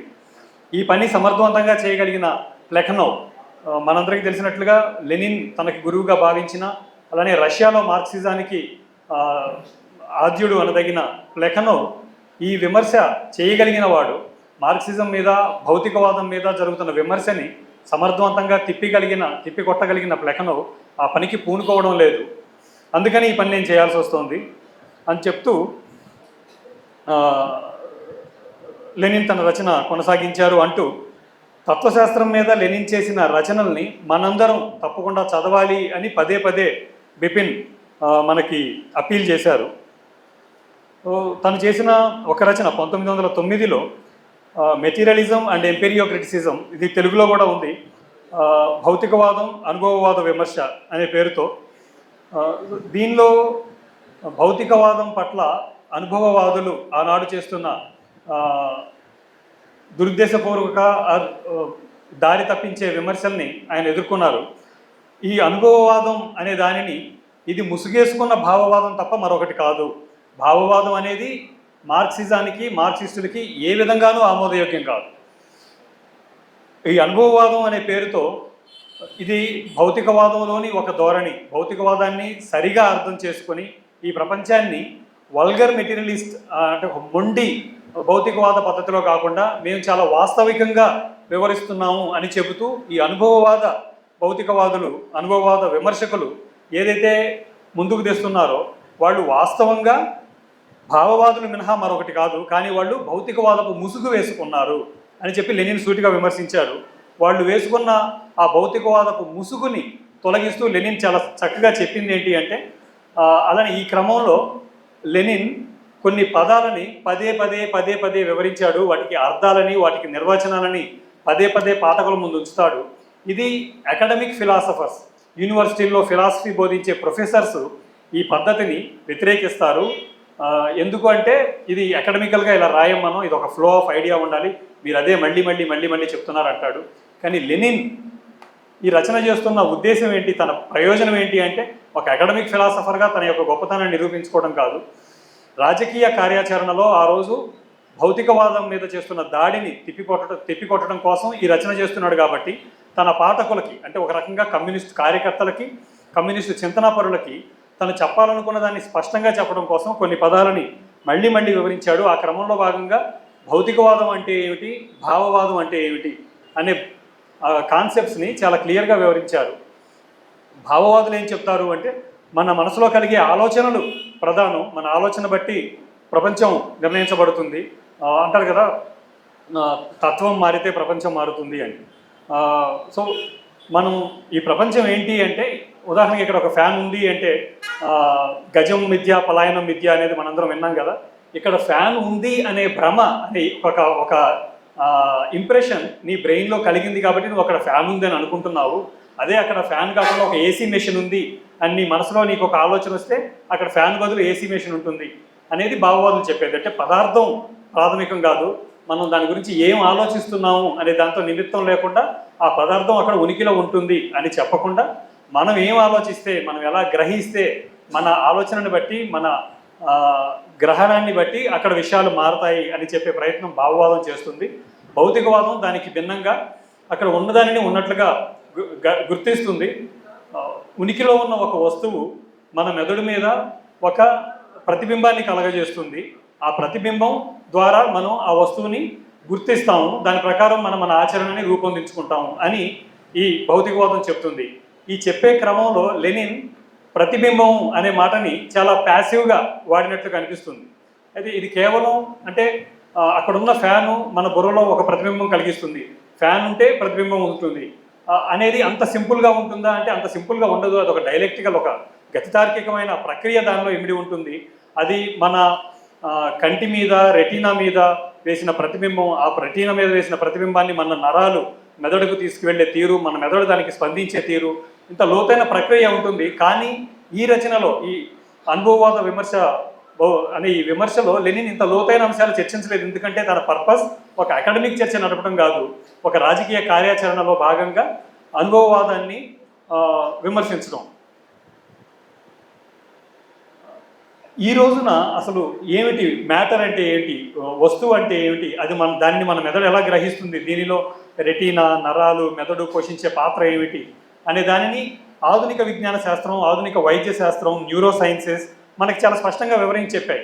ఒక రకంగా చెప్పాలంటే ఇక్కడ కూర్చున్న స్కూల్ పిల్లలకి ఇంత వివరణ ఎందుకు, అసలు అదంతా సైన్స్లో మేము తెలుసుకున్నాం కదా అని కూడా అనిపిస్తుంది. కానీ వాస్తవంగా ఈ ఏంగెల్స్, లెనిన్ ఈ విషయాన్ని మనకి వివరించి చెప్తున్న నాటికి ఈ అకాడమిక్ సైన్సెస్ ఈ దృక్ విషయాలను ఎంత లోతుగా వివరించలేదు. కానీ ఆ రోజుల్లో కూడా ఈ భౌతికవాదం పట్ల, భౌతికవాదం మీద తమ లోతైన విశ్లేషణల ద్వారా లెనిన్ ఈ విషయాన్ని మన దృష్టికి తీసుకొచ్చారు. అలానే లెనిన్ రాసిన మరో రచన 1914లో ఫిలసాఫికల్ నోట్బుక్స్, తత్వశాస్త్ర రాతప్రతులు. ఈ ఫిలసాఫికల్ నోట్బుక్స్ అనేవి ఆ రోజు మళ్ళీ భౌతికవాదం మీద, మార్క్సిజం మీద ఒక పెద్ద దాడి ముందుకు వచ్చిన సందర్భంలో, ఇలా ఒక దాడి ముందుకు వచ్చిన ప్రతి సందర్భంలో కూడా లెనిన్ మళ్ళీ బేసిక్స్ నుంచి, ప్రాథమిక భావనల నుంచి మార్క్సిజంని నిలబెట్టే కృషి, భౌతికవాదాన్ని నిలబెట్టే కృషి చేశారు అంటూ బిపిన్ ఒక సరదాగా క్రికెట్తో పోల్చాడు. ఎప్పుడన్నా కామెంటేటర్స్ చెప్తూ ఉంటారు, క్రికెట్ ఆడుతున్నప్పుడు పిచ్చి బాగా లేకపోతే బ్యాట్స్మెన్ మళ్ళీ తన he sticking to his basics అంటారు కదా. అలాగే లెనిన్ కూడా ఒక మంచి బ్యాట్స్మెన్ లాగా ఎప్పుడైనా పరిస్థితులు అనుకూలంగా లేనప్పుడు, ఒక విప్లవం, ఉదాహరణకి 1905 విప్లవం విఫలమైన తరువాత, బూర్జువా ప్రజాతంత్ర విప్లవం విఫలమైన తరువాత మొత్తంగా అసలు మార్క్సిజాన్నే అనుమానించే పరిస్థితి, భౌతికవాదాన్నే అనుమానించే పరిస్థితి, ప్రగతినే అనుమానించే పరిస్థితి వచ్చినప్పుడు మళ్ళీ బేసిక్స్ నుంచి మార్క్సిజాన్ని అధ్యయనం చేసి మార్క్సిజం యొక్క ప్రాధాన్యతని, భౌతికవాదం యొక్క ప్రాధాన్యతని తిరిగి ఎస్టాబ్లిష్ చేసే ప్రయత్నంలో భాగంగా 1908లో ఆయన రాసిన వ్యాసం, 9లో ఆయన చేసిన రచన ఇది మాట్లాడుతూ, అతను 1914లో మరొకసారి పెద్ద ఎత్తున ఈ మితవాద ఆలోచనలు ముందుకు వచ్చినప్పుడు దాని నుంచి తిరిగి మార్క్సిజాన్ని, భౌతికవాదాన్ని నిలబెట్టడం కోసం ఆయన తత్వశాస్త్రం మీద లోతైన విశ్లేషణ చేశారు, లోతైన రచనలు చేశారు, ఈ రాతలు రాశారు. దానిలో భాగంగా హెగెల్ మీద, ఫ్యూయర్బా మీద విశ్లేషించారు. దీనిని పట్టుకొని కొంతమంది బూర్జువా మేధావులు 1914లో లెనిన్ హెగెల్ గురించి చదవడం మొదలుపెట్టాడు. అంటే అప్పటిదాకా ఆయనకి హెగెల్ గురించి ఏమీ తెలియదు అనే ఉద్దేశంలో, ఓకే, 1914 వరకు ఆయనకి ఏం తెలియదు అనే ఉద్దేశంలో మాట్లాడుతూ వచ్చారు. కానీ కృపస్కయ, లెనిన్ విప్లవ సహచరురాలు, జీవిత భాగస్వామి అయిన కృపస్కయ లెనిన్ గురించి రాసిన జ్ఞాపకాలలో 1898-99 కాలంలో లెనిన్ సైబీరియా ప్రవాసంలో ఉన్న రోజుల్లోనే హెగెల్ గురించి లోతుగా చదివాడని తను రాసుకున్న నోట్స్ని ఉటంకిస్తూ చెప్పారు. కాబట్టి బూర్జువా మేధావులు, బూర్జువా అకాడమీషియన్స్ లెనిన్ గురించి చెప్పేది మనం నమ్మాల్సిన అవసరం లేదు అనేది సో ఈ రకంగా అలానే ఒక లెనిన్ బయోగ్రాఫర్ కూడా లెనిన్ గురించి ఒక ఆసక్తికరమైన విషయం చెప్పాడు. 1917 ఫిబ్రవరిలో బూర్జువా ప్రజాతంత్ర విప్లవం విజయం సాధించిన విషయం ప్రవాసంలో ఉన్న లెనిన్కి ఒక మిత్రుడు చెప్తే వెంటనే లెనిన్ ఏం చేశాడు అంటే పరిగెత్తాడు అక్కడి నుంచి. ఎక్కడికి పరిగెత్తాడు అంటే లైబ్రరీకి పరిగెత్తాడు. ఎందుకు లైబ్రరీకి పరిగెత్తాడు అంటే, సో బూర్జువా ప్రజాతంత్ర విఫలమైన తర్వాత కార్మికవర్గం ఏం చేయాలి, బూర్జువా ప్రజాతంత్రం, బూర్జువా రాజ్యం కార్మికవర్గం మీద ఎటువంటి ప్రభావం చూపించబోతుందని ఆ రాజ్యాన్ని గురించి చదవటానికి, స్టేట్ గురించి చదవటానికి ఆయన లైబ్రరీ పరిగెత్తాడు. ఈ రకంగా ఒక సవాలు ముందుకు వచ్చినప్పుడు, ఒక కొత్త సందర్భం ముందుకు వచ్చినప్పుడు ప్రతి సందర్భంలోనూ కూడా లెనిన్ మళ్ళీ మార్క్సిజాన్ని దాని పునాదుల నుంచి చదివి చేశాడు. సో ఈ రెండు రచనలు భౌతికవాదం, అనుభవవాద విమర్శ, అలానే లెనిన్ తాత్విక రాతప్రతులు మనందరం చదవాల్సిన అవసరం ఉందని బిపిన్ మనకి పదే పదే నొక్కి చెప్పారు. అలానే ఒక వస్తువుని మనం పర్సెప్షన్, మనం గ్రహించడంలో ఉన్న స్టెప్స్ గురించి ఒకటి మనం గమనించిన దాని మీద మనం ఒక అమూర్తమైన భావనను ఏర్పరచుకుంటాము. అమూర్తమైన భావనల్ని విశ్లేషణకు గురి చేస్తాము. వాటి ద్వారా మనం ఒక నిర్ణయానికి వస్తాము. దాని ద్వారా మనం కార్యాచరణ రూపొందించుకుంటాము. సో ఒక వస్తువుని చూడడానికి, దాని పట్ల మనం స్పందించడానికి మధ్య ఇంత ప్రాసెస్ ఉంటుంది. వీటన్నిటికీ మధ్య ఒక గతితార్కిక సంబంధం ఉంటుంది. కానీ సోషల్ డెమోక్రాట్లు అలానే బూర్జువా మేధావులు ఈ గతితార్కిక సంబంధాన్ని గుర్తించకపోవడమే వాళ్ళ యొక్క బలహీనతకి కారణం అని చెబుతూ, సో ఇదంతా చెప్తూ మనకి లెనిన్ గురించి వినడానికి వచ్చామంటే అక్టోబర్ విప్లవం గురించో, లెనిన్ చేసిన వీరోచిత కార్యాచరణ గురించో వినటానికి వచ్చామని మనం అందరం అనుకోని ఉంటాము అని ఆయన ముందే గ్రహించి, నేను ఒక అన్యూజువల్ అండ్ రిస్కీ పర్స్పెక్టివ్ మీ ముందు ఉంచాను. అంటే ఒక అసాధారణమైన, ఒక కొంచెం సాహసోపేతమైన యాంగిల్లోంచి లెనిన్ని మీ ముందుంచే ప్రయత్నం చేస్తున్నాను. నేను ఈ ప్రయత్నం ఎందుకు చేస్తానో ఇప్పుడు వివరిస్తానని చెప్తున్నారు బిపిన్ మనకి.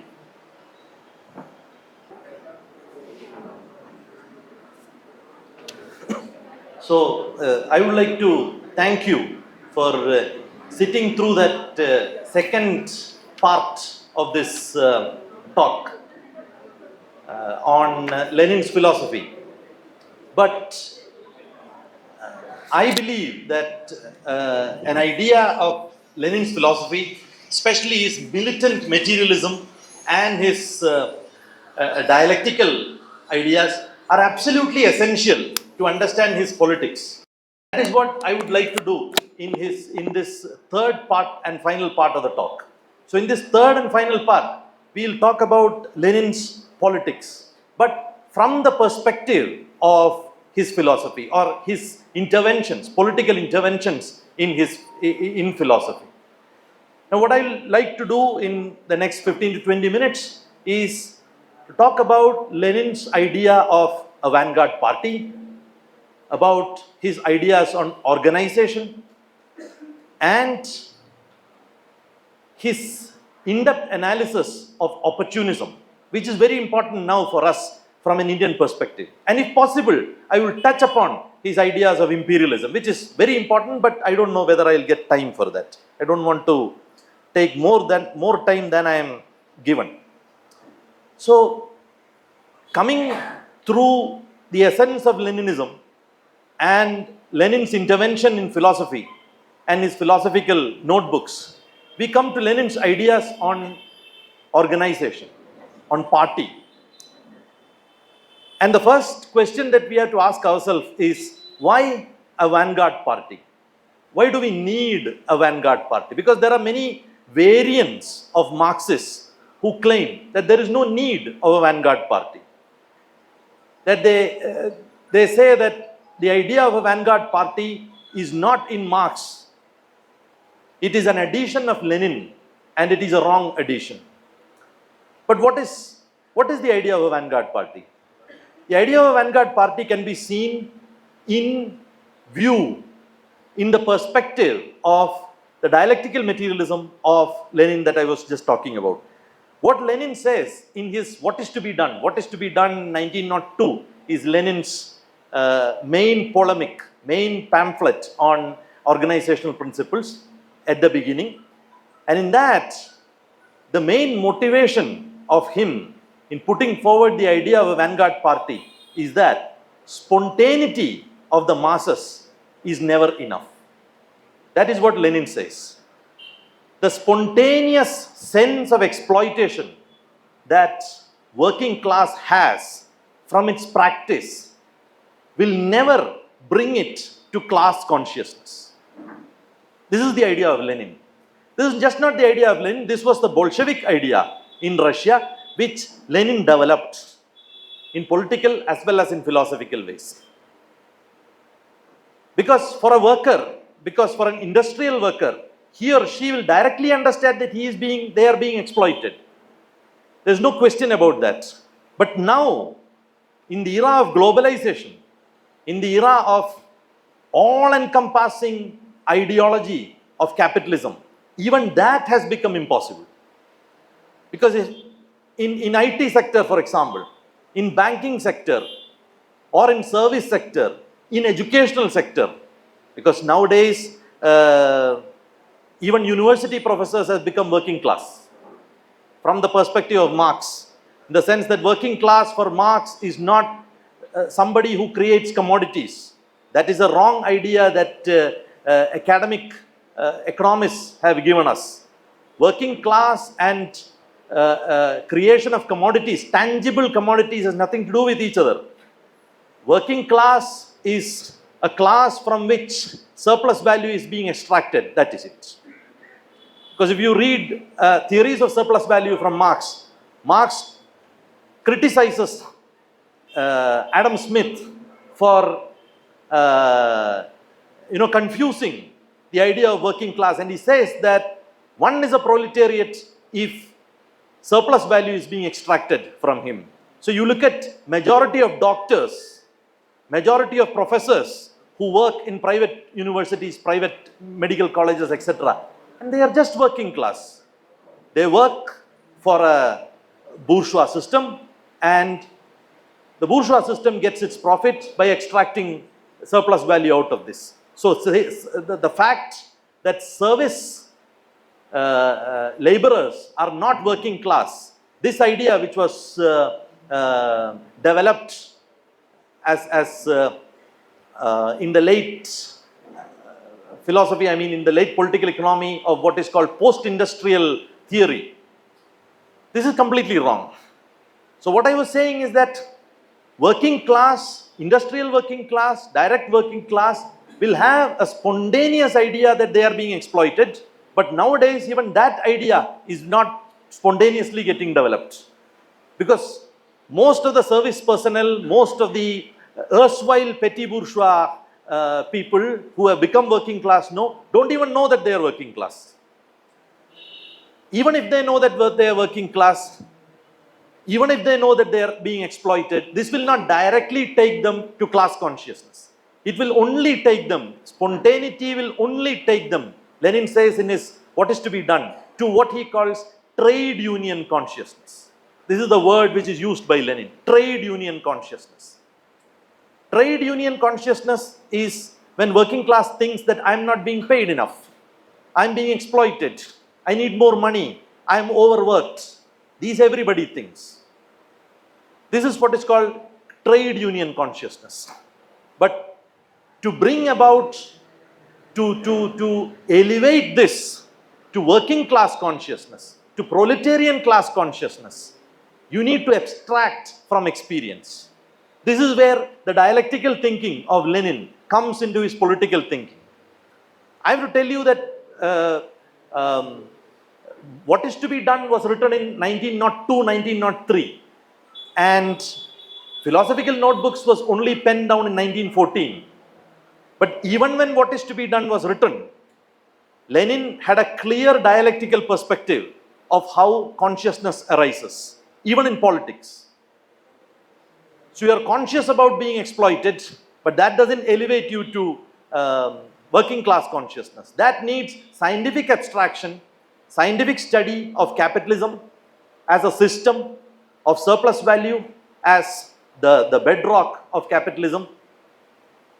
And that cannot be done and may not be done by the working class itself.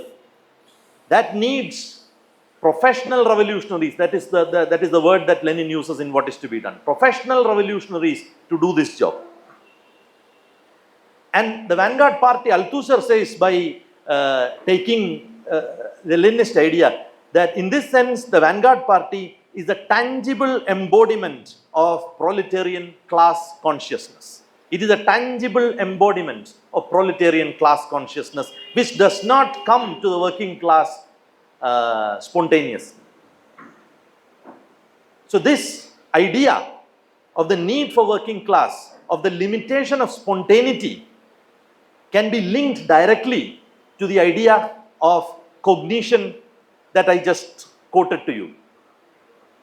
Experience of exploitation taken to a different level, scientific level, and then from that scientific level, from that class consciousness, you put it to practice, and that practice is called class struggle. And this is what a working class party, a vanguard party, is supposed to do. Whether the social democratic parties are actually doing it is another question.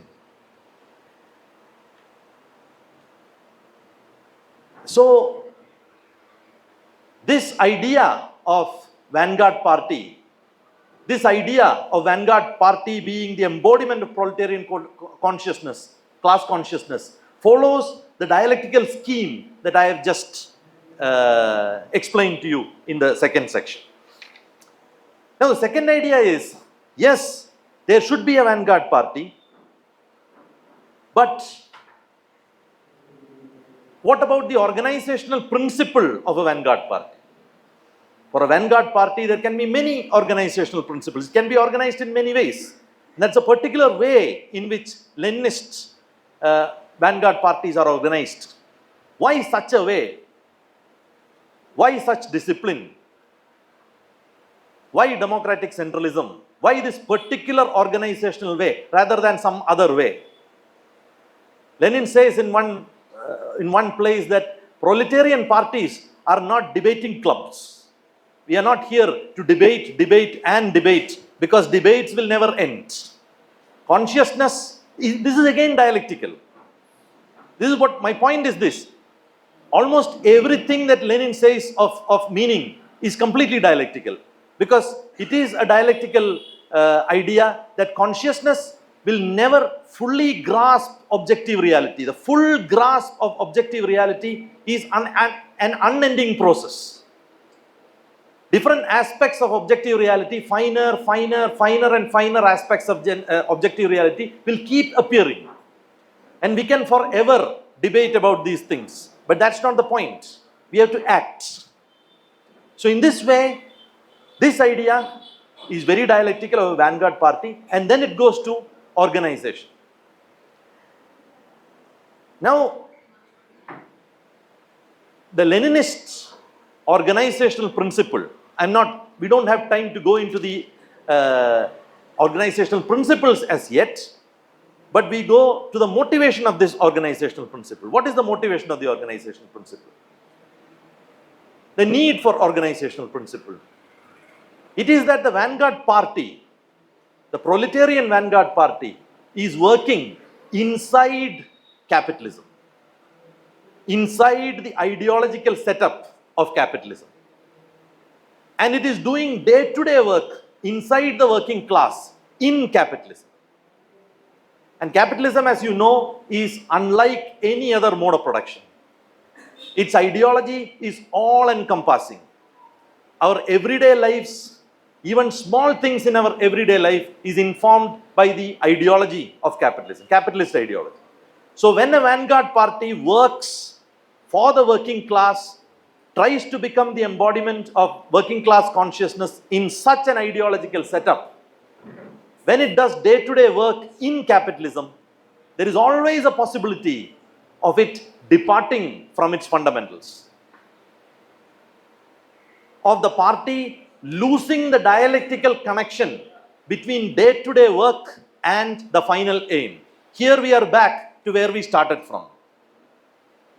The final aim is the proletarian revolution. The modus operandi towards that is class struggle, not just direct going to the revolution, class struggle, day-to-day class struggle on concrete issues. But there is always a chance that If the vanguard party does not follow a particular organizational setup, then it can go towards reformism, revisionism, and it can become social democracy before we understand it. Especially when capitalism is going through a boom phase. When capitalism is going through a boom phase, there have been many boom phases for capitalism. The most famous being from 1945 to 1965, after World War II, when almost all capitalist governments worldwide went into welfare capitalism mode, including India. And when it appeared to even Marxist theoreticians that this welfare capitalism has found out a way to circumvent the capitalist crisis, the Keynesian ideas, economic ideas, have given capitalism a way to circumvent its contradictions and crisis. During these times, when revolution is nowhere in sight, when working class politics is going from bad to worse, because no crisis is happening, at these times of boom, always working class parties tend to shift rightwards. And this is why we need organizational principles for the vanguard party. What does Leninist organizational principle do? Leninist organizational principles, it is very ironical and curious to look at social democratic parties. I come from Kerala. So it is interesting to look at social democratic parties in Kerala, including CPM, CPI, etc. The only time in which Lenin is evoked is to expel someone. When they have to expel someone, then immediately Leninism comes. So Leninism here is reduced to, discipline for the sake of discipline. What do you mean by discipline? Discipline is servitude to the leaders. That is discipline. But Leninist discipline is not servitude to the leaders. It is criticism and self-criticism at its highest level. So as I am from Kerala, I know this very well. Whenever social democracy invokes Lenin, I can predict that someone will be expelled the next day. But we know that the organizational principles of Leninism is not for that. Discipline does not mean servitude. Because, see, Materialism and Empirio-criticism is a hard-hitting book, and it calls Bolshevik comrades, Bogdanov, Basarov, Lunacharsky, all these Empirio-critics were Bolshevik comrades. And Lenin calls them very nasty words, even when they were in Bolshevik faction. And it is not published as a secret document. It is published for public distribution. So, and the best idea is Lenin's pamphlet, 2 steps forward, or 1 step forward, 2 steps back. This is a critique of one of the party conventions itself. And it attacks the conclusions arrived at the convention very strongly. So this is the culture of criticism and self-criticism which was prevalent in Bolshevik party and which was practiced by Lenin. But if we don't have this organizational principle, then there is always a possibility of departing from the line which is shown by actuality of revolution. This will lead us to opportunism. And organizational principles for Lenin is to weld together the day-to-day political work and the ultimate aim of the party. The day-to-day political work is informed by the ultimate aim, and the ultimate aim is formed by the day-to-day political work. This is the dialectics of organization. And here, this dialectics is clearly understood if we look at certain words, because there are two words, there is a word party and there is a word movement. Party should be at the helm of the movement. So in Malayalam, I don't know, comrade will help me. Party is called Sanghadana. Sanghadana in Malayalam. Sanghadana, okay. It's the same thing in Telugu, I think. It's a kind of coalition. Oh, is it? It's not coalition in organization. Yeah, we know party. Oh, okay. Party is party. Okay, right. Sangham. Okay. Union. Okay. So this is organization or party is called Sanghadana in Malayalam, and movement is called Prasthanam. That Nirmanam. Okay. And movement is called Prasthanam. That's a Sanskrit word. Prasthanam. Prasthan. So it is that there should be a dialectical union of Sanghadana and Prasthana. If Sanghadana is only Sanghadana, if party is only organizational structure, organizational setup, buildings, newspapers, daily clubs, etc., etc., then there is no movement. It is not the vanguard of the proletariat. It is not moving, it is not taking the proletariat towards its aim. And the biggest example of this is the German Social Democratic Party. Because a curious thing is, why did revolution happen in Russia rather than in Germany?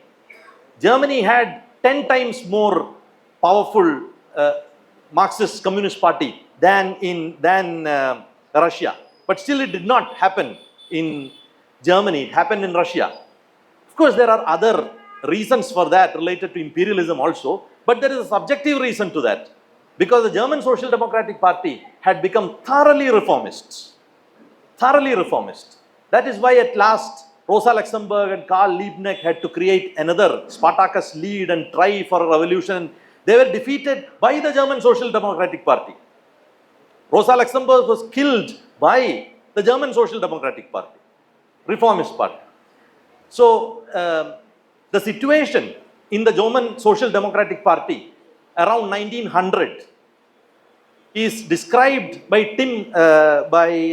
Chris Harman in one of his books, and I read it out. I just collected it now because I remembered it. He writes, with its million, this is German Social Democratic Party, which is German Marxist Party, around 1900-1902. With its million members, its 4.5 million voters, its 90 daily papers, its trade unions and its cooperatives, its sports club and its singing clubs, its youth organization, its women's organization, and its hundreds of full-time officials, the SPD, that is the German Social Democratic Party, was by far the biggest working class organization in the world.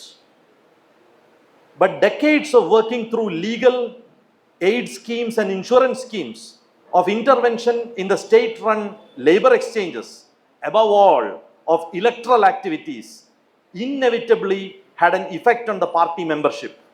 The revolutionary theory came to be seen something reserved for May days and Sunday afternoon oratory, hardly connected with most of what the party actually did. So the divesting, the divorce of day-to-day party activity and the actuality of revolution is very clear here. And when I read through this, if in the Indian context, the name of some social democratic organizations have come to your mind, it is not a coincidence. It is not a coincidence at all. Because social democracy has completely divested day-to-day activities from the actuality or the aim of proletarian revolution. And this is what Lenin calls opportunism. And it is to thwart opportunism that this organizational principle is very important. So organizational principles weld together the day-to-day practice and the final aim of proletarian class struggle. That is the importance of organizational principle. This leads us directly to the idea of opportunism. Now, Leninist idea of opportunism. Lenin, in one of his polemics against Kautsky, regarding the Second International, Lenin defines opportunism. What is opportunism? Lenin says, opportunism means sacrificing the fundamental interests of the masses to the temporary interest of an insignificant minority of workers, or, in other words, an alliance between a section of workers and the bourgeoisie directed against the mass of the proletariat.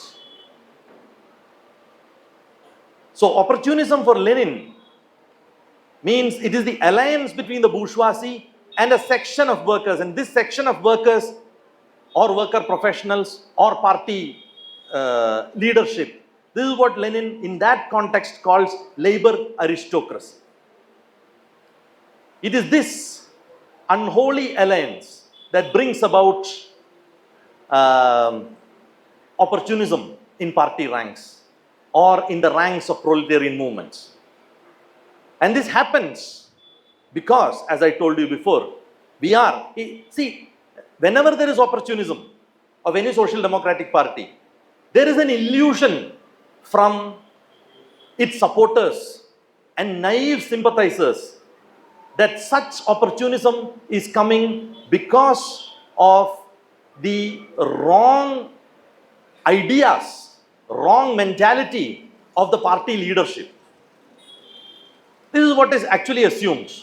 The party leadership has taken some wrong decisions, and because of these wrong decisions, this opportunistic mindset has come. That is not true, because as we know, it is not consciousness that decides material reality. It is the material reality that decides on the consciousness. So there is a material reason for opportunism. It just happens that those who are in the leadership are inclined enough to follow this material principle. So Lenin says that such opportunism can arise, and such opportunism arose in Lenin's times because of what he called labor aristocracy. Because we don't have time to go into Lenin's imperialist theory, so theory of imperialism. So he says that because of imperialism, because of the transfer of surplus from the colonies, from its imperial domains to the actual capitalist centers, capitalism was able to buy out certain sections of the proletariat, certain sections of the leadership. And it is these leadership who are selling the class interests to the bourgeoisie, who are taking the Social Democratic Party of Germany, in fact, in a reformist direction. And this section was called labor aristocracy by Lenin, and he used the word, the working class has been bourgeoisified. This is the word that Lenin uses when he talks about the British working class, the leadership of the British working class. It has been bourgeoisified, he says.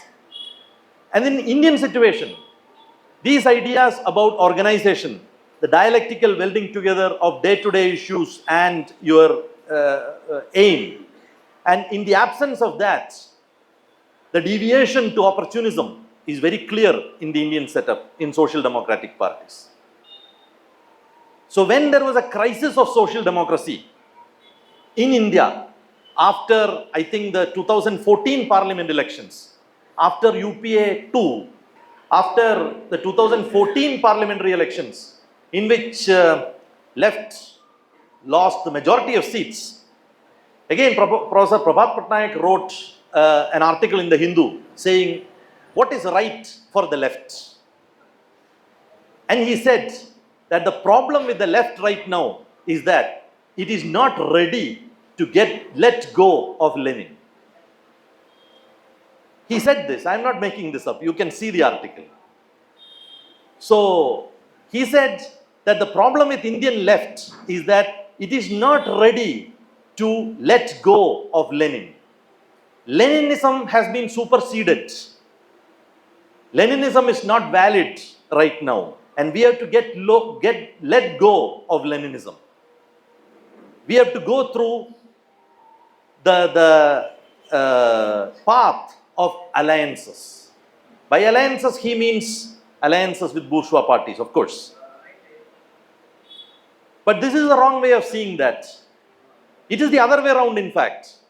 Social democracy has become decimated, dilapidated all around India, not because it has hung on to Lenin, but because it has forgotten Lenin decades ago, both in organizational principles and in political struggles, in the theory of imperialism, in the theory of bourgeois revolutions, almost in every case, even in philosophy, it has nothing to do with Leninism. So Prabhat Patnaik is under an illusion. The actual fact is that social democracy has moved away from Marxism and proletarian revolutionary politics precisely because it has left Lenin behind.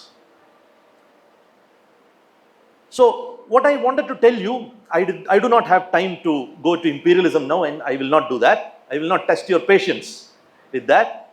But I would like to consolidate in 2 to 3 minutes what I wanted to say here. What I wanted to tell you is that Lenin's politics, Lenin's political theory, Lenin's contributions to Marxist theory in almost all his regimes can only be understood completely if we understand Lenin's intervention in politics. Lenin's political interventions in philosophy. Lenin's political interventions in philosophy. Lenin was a very fundamental practitioner of dialectical materialism and Marxism, and a very creative practitioner of these philosophical lines. And it is clear from his ideas on organization and opportunism, and it is more clear from his ideas on imperialism. If you read Imperialism, the highest stage of capitalism, it is thoroughly dialectical. Okay? So, I would like to end this by saying something that happened in Kerala a few months ago. What happened in Kerala is that M.V. Govindan, who is the state secretary of CPIM in Kerala, M.V. Govindan, he said 3 or 4 months, some months ago, that dialectical materialism as it is not applicable to Indian conditions right now. This is his statement. He said dialectical materialism is not applicable. It is invalid, not as a theory, not as an abstract theory, but it is not applicable to Indian concrete conditions right now. What is it? Why is it? It is because India is still in the grasp of feudal mentality. This is what he said. This comes from M.V. Govindan's complete lack of knowledge about what the basics of dialectical materialism is. So I'm not going to reply to him. That's not needed. I don't think that is needed. But what is needed is for us to understand that such a statement can come from a state secretary of a social democratic party. And it was not contradicted. No party member, at least in public, contradicted it in Kerala. Nobody. So this means, as Marx said in one of his prefaces, it means how potent a weapon dialectical materialism is. If you want to, I don't know if it is Lenin or Lukács who said that if you want to take revolutionary orientation out of a working class party, you take dialectics out of it. And we know from from what I have said about Lenin's thought, that materialist dialectics is absolutely central to every one of his themes. And I would like to end this by quoting a poem from Mayakovsky. Mayakovsky has, as you know, a fantastic poem called Vladimir Ilyich Lenin, which he wrote after Lenin passed away. I've quoted it before, but I have not seen any other equally potent and equally beautiful poem that I can quote to end a talk on Lenin. He says in this poem that people are like boats, and when boats go through sea, all type of slime, all type of weed come and settle on the boats. This is very bad for the boat. We have to clean it up, and usually it is cleaned off. And then he gives the punchline, and I go to Lenin to clean off mine and to sail on with the revolution. So I will, of course, my paraphrasing of it doesn't do justice to the poem as such, so I will read it.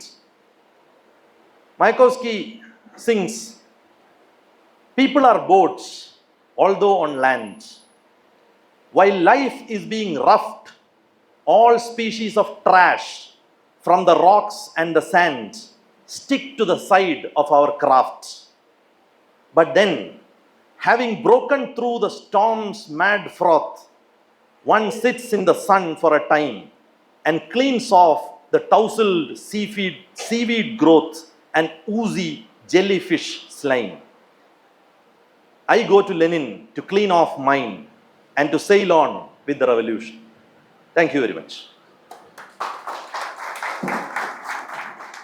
అనుభవవాద విమర్శకుల నుంచి Lenin భౌతికవాదాన్ని నిలబెడుతూ ఒక militant మెటీరియలిజంని ముందుకు తీసుకొచ్చారు.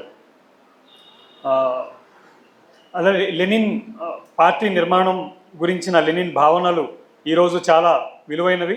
Vanguard party, కార్మిక వర్గ అగ్రగామి దళంగా party ఉండవలసిన అవసరం గురించి లెనిన్ ముఖ్యంగా 1902 రచన ఏం చేయాలిలో వివరించి ఉన్నారు.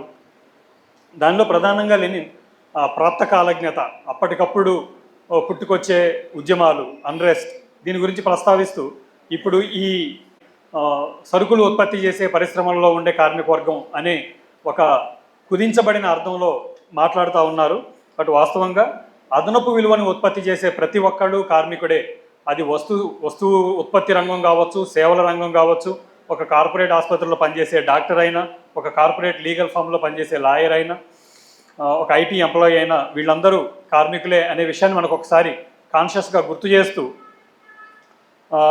ఈ కార్మిక వర్గంలో అసంతృప్తి, ప్రాప్తకాలజ్ఞత, అప్పటికప్పుడు పుట్టుకొచ్చిన అసంతృప్తి జ్వాలల నుంచి విప్లవాలు వస్తాయి అనుకోవడాన్ని ప్రాప్తకాలజ్ఞత అని అంటారు లెనిన్. దానిని తీవ్రంగా తప్పుపట్టారు. కార్మికులకి తమ రోజువారీ జీవితంలో నుంచి వచ్చేది కేవలం కార్మిక సంఘ చైతన్యం మాత్రమే. తమ యజమాని మీద కోపం ఒక వ్యక్తిగత యజమాని కాదు, మొత్తం యజమానుల వర్గం అంతా, యజమానులు మమ్మల్ని దోచుకుంటున్నారు అని వచ్చే ఒక అవగాహన ఏదైతే ఉంటుందో, చైతన్యం ఏదైతే ఉంటుందో, అది కేవలం కార్మిక సంఘ చైతన్యం మాత్రమే, ట్రేడ్ యూనియన్ చైతన్యంగా మాత్రమే ఉంటుంది. ఆ కార్మిక సంఘ చైతన్యాన్ని కార్మికుల వద్దకు వెళ్ళి వాళ్ళని రోజువారీ, ఇక్కడే మనం మొదటి భాగంలో ఏదైతే మాట్లాడుకున్నామో ఆచరణ, మన పర్సెప్షన్స్, రోజువారీ జీవితాల్లో మనం ఎదుర్కొంటున్న సంఘటనల్ని, మనం చూస్తున్న వస్తువుల్ని, మనం గ్రహించిన దాని నుంచి మన కార్యాచరణకి మధ్య ఉన్న గతితార్కిక సంబంధాన్ని ఇక్కడ కూడా మనం అర్థం చేసుకుంటే, రోజువారీ జీవితంలో ఫ్యాక్టరీలో ఎదుర్కొనే దోపిడీని కార్మికులు అర్థం చేసుకోవడానికి దాని నుంచి ఒక సైంటిఫిక్ అనాలిసిస్, ఒక శాస్త్రీయ విశ్లేషణ జరిపి దాని ఆధారంగా ఒక కార్యాచరణ రూపొందించుకోవడానికి ఉన్న ఈ గతితార్కిక సంబంధం అర్థమైనప్పుడు స్పాంటేనియస్గా పుట్టుకొచ్చే కార్మిక సంఘ చైతన్యం కార్మికులకి సరిపోదు. అది ఒక విప్లవకరమైన వర్గ పోరాటానికి దారితీయదు. అక్కడ కార్మిక వర్గ అగ్రగామి దళం ఉండాలి. ఆ అగ్రగామి దళం కార్మికులకి ఈ సంఘ చైతన్యాన్ని వర్గ చైతన్యంగా అభివృద్ధి చేసే దానిలో ఒక పాత్ర పోషించాలి అనే విషయాన్ని ఎస్టాబ్లిష్ చేయటం లెనిన్ యొక్క కాంట్రిబ్యూషన్స్లో అతి ముఖ్యమైనది. ఈనాటికి కూడా దీనికి వ్యతిరేకంగా వాదనలు చేసేవాళ్ళని మనం చూస్తూ ఉంటాము. అలానే ఈ ఏం చేయాలి అనే రచనలో మనకి లెనిన్ సిద్ధాంతానికి ఆచరణకి మధ్య ఉన్న అద్భుతమైన గతితార్కిక సంబంధాన్ని 1902 నాటికే గ్రహించడాన్ని మనం చూస్తాం. 1914లో ఆయన philosophical manuscript notes on philosophical notes రాసింది 1914లో అయినప్పటికీ దానికి 12 ఏళ్ల ముందుగా 1902-3 కాలంలో ఏం చేయాలి రచనలోనే ఆయనకి ఆచరణకి సిద్ధాంతానికి మధ్య ఉన్న గతితార్కిక సంబంధం చాలా స్పష్టంగా ఆయన అర్థం చేసుకున్నారు అనే దానికి మనకి సూచనలు కనిపిస్తాయి. ఆల్తూజర్ ఈ వ్యాన్గార్డ్ పార్టీ యొక్క అవసరాన్ని చాలా చక్కగా వివరిస్తారు. ఒక కార్మికులకి తమ చైతన్యాన్ని ఒక టాంజిబుల్ ఎంబాడిమెంట్ అనే పదం వాడారు. అంటే ఒక స్పష్టంగా బహుశా ఆ కార్మికుల్ని ఒక పోరాటంలోకి తీసుకెళ్ళగలిగిన ఒక చైతన్యాన్ని మా సార్ సరిచేయాలి.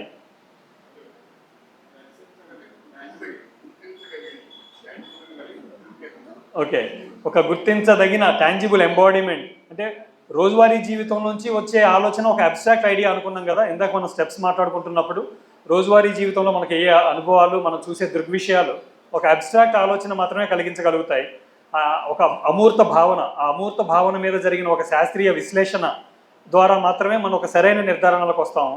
సో రోజువారీ జీవితంలో కార్మికుడికి ఎదురయ్యే ఈ అమూర్త భావన, నేను దోపిడీకి గురవుతున్నాను అనే భావనకి ఒక శాస్త్రీయమైన విశ్లేషణ జరిపి దాని నుంచి ఒక నిర్దిష్టమైన నిర్ధారణని, కార్యాచరణని ఇవ్వాల్సిన పాత్ర ఆ గతితార్కిక ప్రాసెస్లో, ఆ ప్రక్రియలో ఈ పాత్ర పోషించాల్సింది కార్మిక వర్గ అగ్రగామి దళం. ఆ అగ్రగామి దళం లేకుండా ఈ గతితార్కిక ప్రక్రియ పూర్తి అవ్వదు అనేది లెనిన్ తాత్విక స్థాయిలో తన యొక్క ప్రతిపాదనల ద్వారా ఈ రాజకీయ కార్యాచరణకి కావలసిన మౌలిక ప్రతిపాదనని మన ముందుంచడం లెనిన్ యొక్క కృషిలో అత్యంత కీలకమైనది.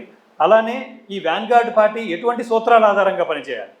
ప్రతి పార్టీకి ఎన్ని సూత్రాలైనా ఉండొచ్చు, కానీ ఈ కార్మిక వర్గ విప్లవాన్ని సాకారం చేయవలసిన ఈ అగ్రగామి దళానికి ఏ సూత్రం కావాలి అనే ప్రశ్న ముందుకు వచ్చినప్పుడు అది కేంద్రీకృత ప్రజాస్వామ్యం మాత్రమే ఉండాలి అనే విషయాన్ని ఎస్టాబ్లిష్ చేయడంలో కూడా మళ్ళీ లెనిన్ ముఖ్యమైన పాత్ర పోషించారు.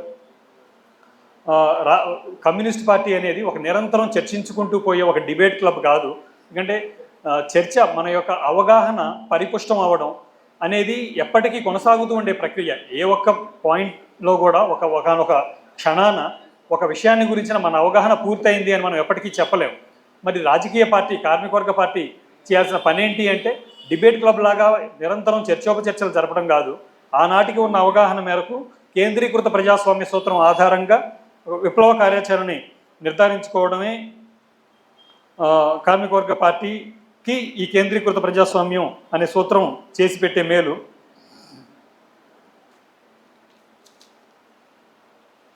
అలానే మరొక అవసరం ఏంటి అంటే ఈ కార్మికవర్గ పార్టీ, మొత్తంగా కార్మికవర్గ ఉద్యమం ఇవి ఎక్కడ జరుగుతున్నాయి అంటే ఇవి శూన్యంలో జరగడం లేదు. ఇవి చుట్టూ ఉన్న పెట్టుబడిదారీ వ్యవస్థలో జరుగుతూ ఉన్నాయి, పెట్టుబడిదారీ విధానంలో జరుగుతూ ఉన్నాయి.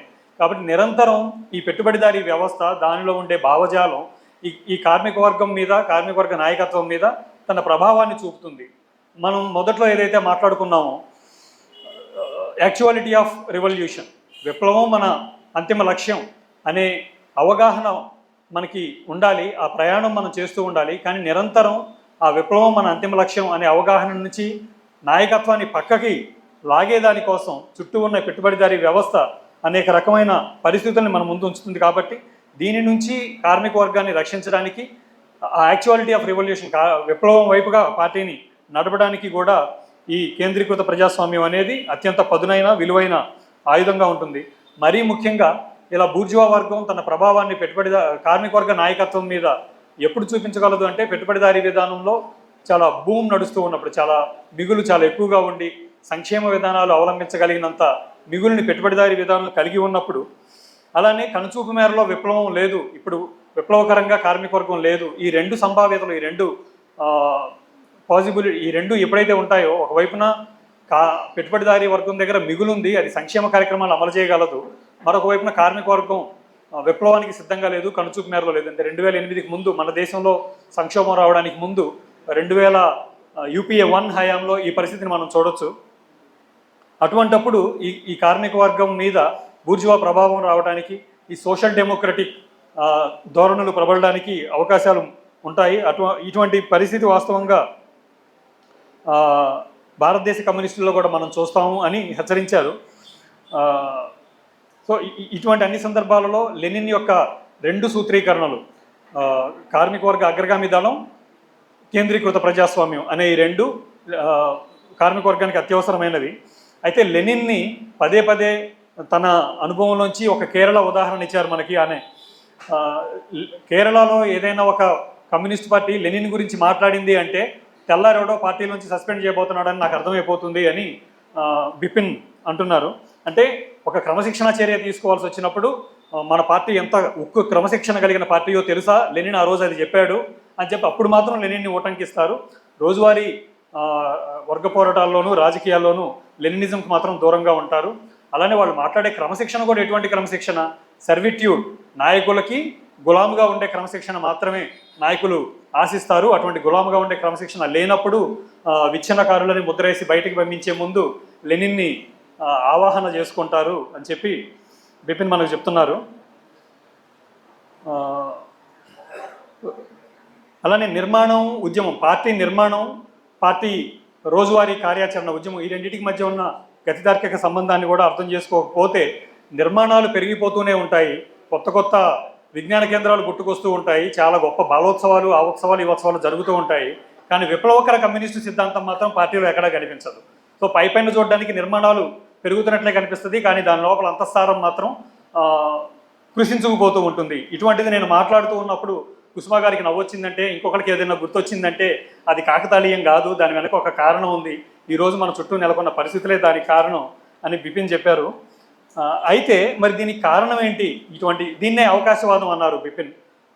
దీర్ఘకాలిక విప్లవ లక్ష్యాన్ని పణంగా పెట్టి తక్షణ తాత్కాలిక పార్టీ ప్రయోజనాలు, ఉద్యమ ప్రయోజనాల కోసం వెంపర్లాడడాన్ని అవకాశవాదం అని నిర్వచించి, మరి ఇటువంటి అవకాశవాదం ఎందుకు వస్తుంది పార్టీలోకి అంటే, నాయకులలో విప్లవ స్వభావం లేకపోవడం వల్ల, నాయకులలో విప్లవ స్ఫూర్తి లేకపోవడం వల్ల అని మనం అనుకుంటే మళ్ళీ మనం భావవాదులమే అయిపోతాం. ఎందుకంటే మనం భావాలకు ప్రాధాన్యత ఇస్తున్నాము. సో ఇక్కడ భావాలకు కాదు మనం మార్క్సిస్టులుగా ప్రాధాన్యత ఇవ్వాల్సింది, భౌతిక పరిస్థితులకి మనం ప్రాధాన్యతనివ్వాలి. ఏమిటి ఆ భౌతిక పరిస్థితులు అంటే, పెద్ద ఎత్తున ముఖ్యంగా ఇంపీరియలిజం, సామ్రాజ్యవాదం ముందుకొచ్చిన దశలో లెనిన్ చేసిన సూత్రీకరణలో ఇదో కీలకమైనది. సామ్రాజ్యవాదులు, ఇంపీరియలిస్ట్ కంట్రీస్ వలస దేశాల నుంచి పెద్ద ఎత్తున మిగులుని రాబట్టుకోవడం ద్వారా వలస దేశాలకి తమ సరుకులు ఎగుమతి చేసి అక్కడ పెద్ద ఎత్తున లాభాలకు అమ్ముకోవడం, అలానే వలస దేశాల నుంచి తక్కువ ధరలకి ముడి సరుకులు ఆయా దేశాలకు తీసుకెళ్ళడం, ఈ ఒక పరిస్థితి ఉనికిలోకి వచ్చినప్పుడు సామ్రాజ్యవాద దేశాలు ఎక్కువ మిగుల్ని రాబట్టుకోగలిగాయి. ఆ ఎక్కువ మిగులులో కొద్ది భాగాన్ని తమ దేశాలలో ఉన్న కార్మిక వర్గ నాయకత్వానికి అందించగలిగాయి. అలా కార్మిక వర్గంలో ఉన్న కొద్దిమంది నాయకులు వలస దేశాల నుంచి రాబట్టుకున్న పెట్టుబడిదారుల సామ్రాజ్యవాదుల మిగులు నుంచి లాభపడి వాళ్ళు మిగతా కార్మిక వర్గం నుంచి దూరం అయ్యారు. వీళ్ళనే లేబర్ అరిస్టోక్రసీ అని వర్ణించాడు లెనిన్ అని చెబుతూ. సో ఇటువంటి ఒక లేబర్ అరిస్టోక్రసీ పుట్టుకొచ్చిన కారణంగా ఏ కార్మిక వర్గ నాయకత్వం అయితే విప్లవకర సిద్ధాంతంతో కార్మిక వర్గానికి నాయకత్వం వహించాలో ఆ నాయకత్వమే బూర్జువా వర్గంతో లాలూచి పడిపోయి ఈ లేబర్ అరిస్టోక్రసీ అనే ఒక ప్రక్రియ వచ్చిన కారణంగా బూర్జువీకరణ చెందిన కార్మిక వర్గం అనే మాట వాడాడు లెనిన్ అని చెప్పారు బిపిన్. ఈ కారణంగా లేబర్ అరిస్టోక్రసీ ముందుకొచ్చిన కారణంగా అవకాశవాద ధోరణులు ముందుకొచ్చాయి. కాబట్టి భౌతిక పరిస్థితులే కారణం తప్ప మళ్ళీ నాయకుల యొక్క మనస్తత్వాలు కారణం కాదు, మనం భావవాదులుగా ఉండకూడదు అని గుర్తు చేశారు. భారతదేశంలో 2014 ఎన్నికల తరువాత వామపక్షాలు గణనీయంగా సీట్లు కోల్పోయినప్పుడు మరోసారి ప్రభాత్ పట్నాయక్ తన విశ్లేషణ ముందుకు తెస్తూ ఇప్పుడు లెఫ్ట్ చేయాల్సిన రైట్ ఏమిటి, వామపక్షానికి ఏది సరైన మార్గం అని అంటూ, ఈ రోజుకి కూడా భారతదేశ వామపక్షాలు లెనిన్ వదిలి ముందుకెళ్ళడానికి సిద్ధంగా లేవు, అందుమూలంగానే లెఫ్ట్ ఇలా దిగజారిపోతూ ఉంది, తన బలాన్ని కోల్పోతూ ఉంది అని సూత్రీకరించారు. ఇంతకుముందు ఎలా అయితే ప్రభాత్ పట్నాయక్ ఇమ్మినెన్స్ ఆఫ్ రెవల్యూషన్, విప్లవం యొక్క తక్షణం విప్లవం ముందుకు వచ్చే సందర్భంలోనే లెనిన్ మనకి ప్రాసంగికత ఉంటుంది అని ఎలాగైతే తప్పుడు సూత్రీకరణ చేశాడో, అలానే ఇప్పుడు కూడా మళ్ళీ మరోసారి లెనిన్ తప్పుడు సూత్రీకరణ చేశారు. వాస్తవంగా ప్రభాత్ పట్నాయక్ చెప్పిన దానికి పూర్తి విరుద్ధం జరిగింది ఇక్కడ. భారతదేశ కమ్యూనిస్టు పార్టీలు సిద్ధాంతంలోనూ ఆచరణలోనూ సామ్రాజ్యవాదాన్ని అర్థం చేసుకోవడంలోనూ అన్ని రంగాల్లోనూ లెనిన్ని వదిలేశారు, లెనినిజంకి దూరం అయ్యారు. దీని మూలంగా ఈరోజు భారత కమ్యూనిస్టు పార్టీలు బలహీనపడ్డాయి తప్ప లెనిన్ ఇంకా పట్టుకుని ఉండడం మూలంగా కాదు అనేది బిపిన్ మనకి ఎస్టాబ్లిష్ చేశారు. సో లెనిన్ని మనం సంపూర్ణంగా అర్థం చేసుకోవాలంటే తత్వశాస్త్రంలో లెనిన్ చేసిన కాంట్రిబ్యూషన్ని సంపూర్ణంగా అర్థం చేసుకోవాల్సి ఉంటుంది. ఎందుకంటే తత్వశాస్త్రంలో లెనిన్ చేసింది ఒక పాండితీ ప్రదర్శన కాదు, ఆయన చేసింది ఒక రాజకీయ జోక్యం. ఈరోజు భారతదేశంలో ఉన్న మనందరం లెనిన్ యొక్క రాజకీయ కార్యాచరణ యొక్క ప్రారంభం చేసుకోవాలంటే తత్వశాస్త్రంలో ఆయన చేసిన అధ్యయనాన్ని కూడా అర్థం చేసుకొని తీరాలి. సామ్రాజ్యవాదంపై ఆయన చేసిన విశ్లేషణని అర్థం చేసుకోవాలి. సామ్రాజ్యవాదం పెట్టుబడిదారీ విధానపు అత్యున్నత దశ అనే ఆయన రచనని మనం అర్థం చేసుకొని తీరాలి అని మనకి వివరించారు. సమయం లేకపోవడం మూలంగా ఆ రచనని నేను మీ ముందు మరింత విశ్లేషించలేకపోతున్నాను అని తన నిస్సహాయత వ్యక్తం చేశారు. మనందరి తరపు నుంచి నేను బిపిన్కి కోరేది ఏంటంటే, మరో సందర్భంలో ఈ రచన గురించి సామ్రాజ్యవాదం పెట్టుబడిదారీ విధానపు అత్యున్నత దశ గురించి అధ్యక్షుల పాత్ర బహుశా నేను పోటీస్తున్నా. Okay, I resist on that. చివరిగా మైకోవ్స్కీ కవితలోంచి ఒక మాట చెప్తూ ముగించారు బిపిన్. ఇదే అదను లెనిన్ కథను రచించేదను నేను అనే కావ్యం రాసిన మైకోవ్స్కీ, మనుషులందరూ పడవల్లాగా ప్రయాణిస్తున్నారు, నీళ్ళలో కాదు రోడ్ల మీద, జీవితంలో కూడా. నీళ్ళలో పడవ ప్రయాణిస్తున్నప్పుడు దానికి నాచు అంటుకుంటుంది, ఆ నాచుని శుభ్రం చేయాల్సి ఉంటుంది. అటువంటి నాకు పట్టిన నాచుని శుభ్రం చేయించడం కోసం నేను లెనిన్ దగ్గరికి వెళ్తాను. లెనిన్ తన పదునైన రచనల ద్వారా, పదునైన విమర్శల ద్వారా నా నాచుని శుభ్రం చేస్తాడు. నేను మళ్ళీ నా విప్లవ కార్యాచరణలో ముందుకెళ్తాను అని మైకోవ్స్కీ ఏదైతే చెప్పాడో అటువంటి ఒక స్ఫూర్తితో మనందరం కూడా మనకి పట్టిన నాచుని తొలగించుకోవడానికి మళ్ళీ మరోసారి లెనిన్ దగ్గరికి వెళ్దాం అనే పిలిపిస్తూ బిపిన్ ముగించారు.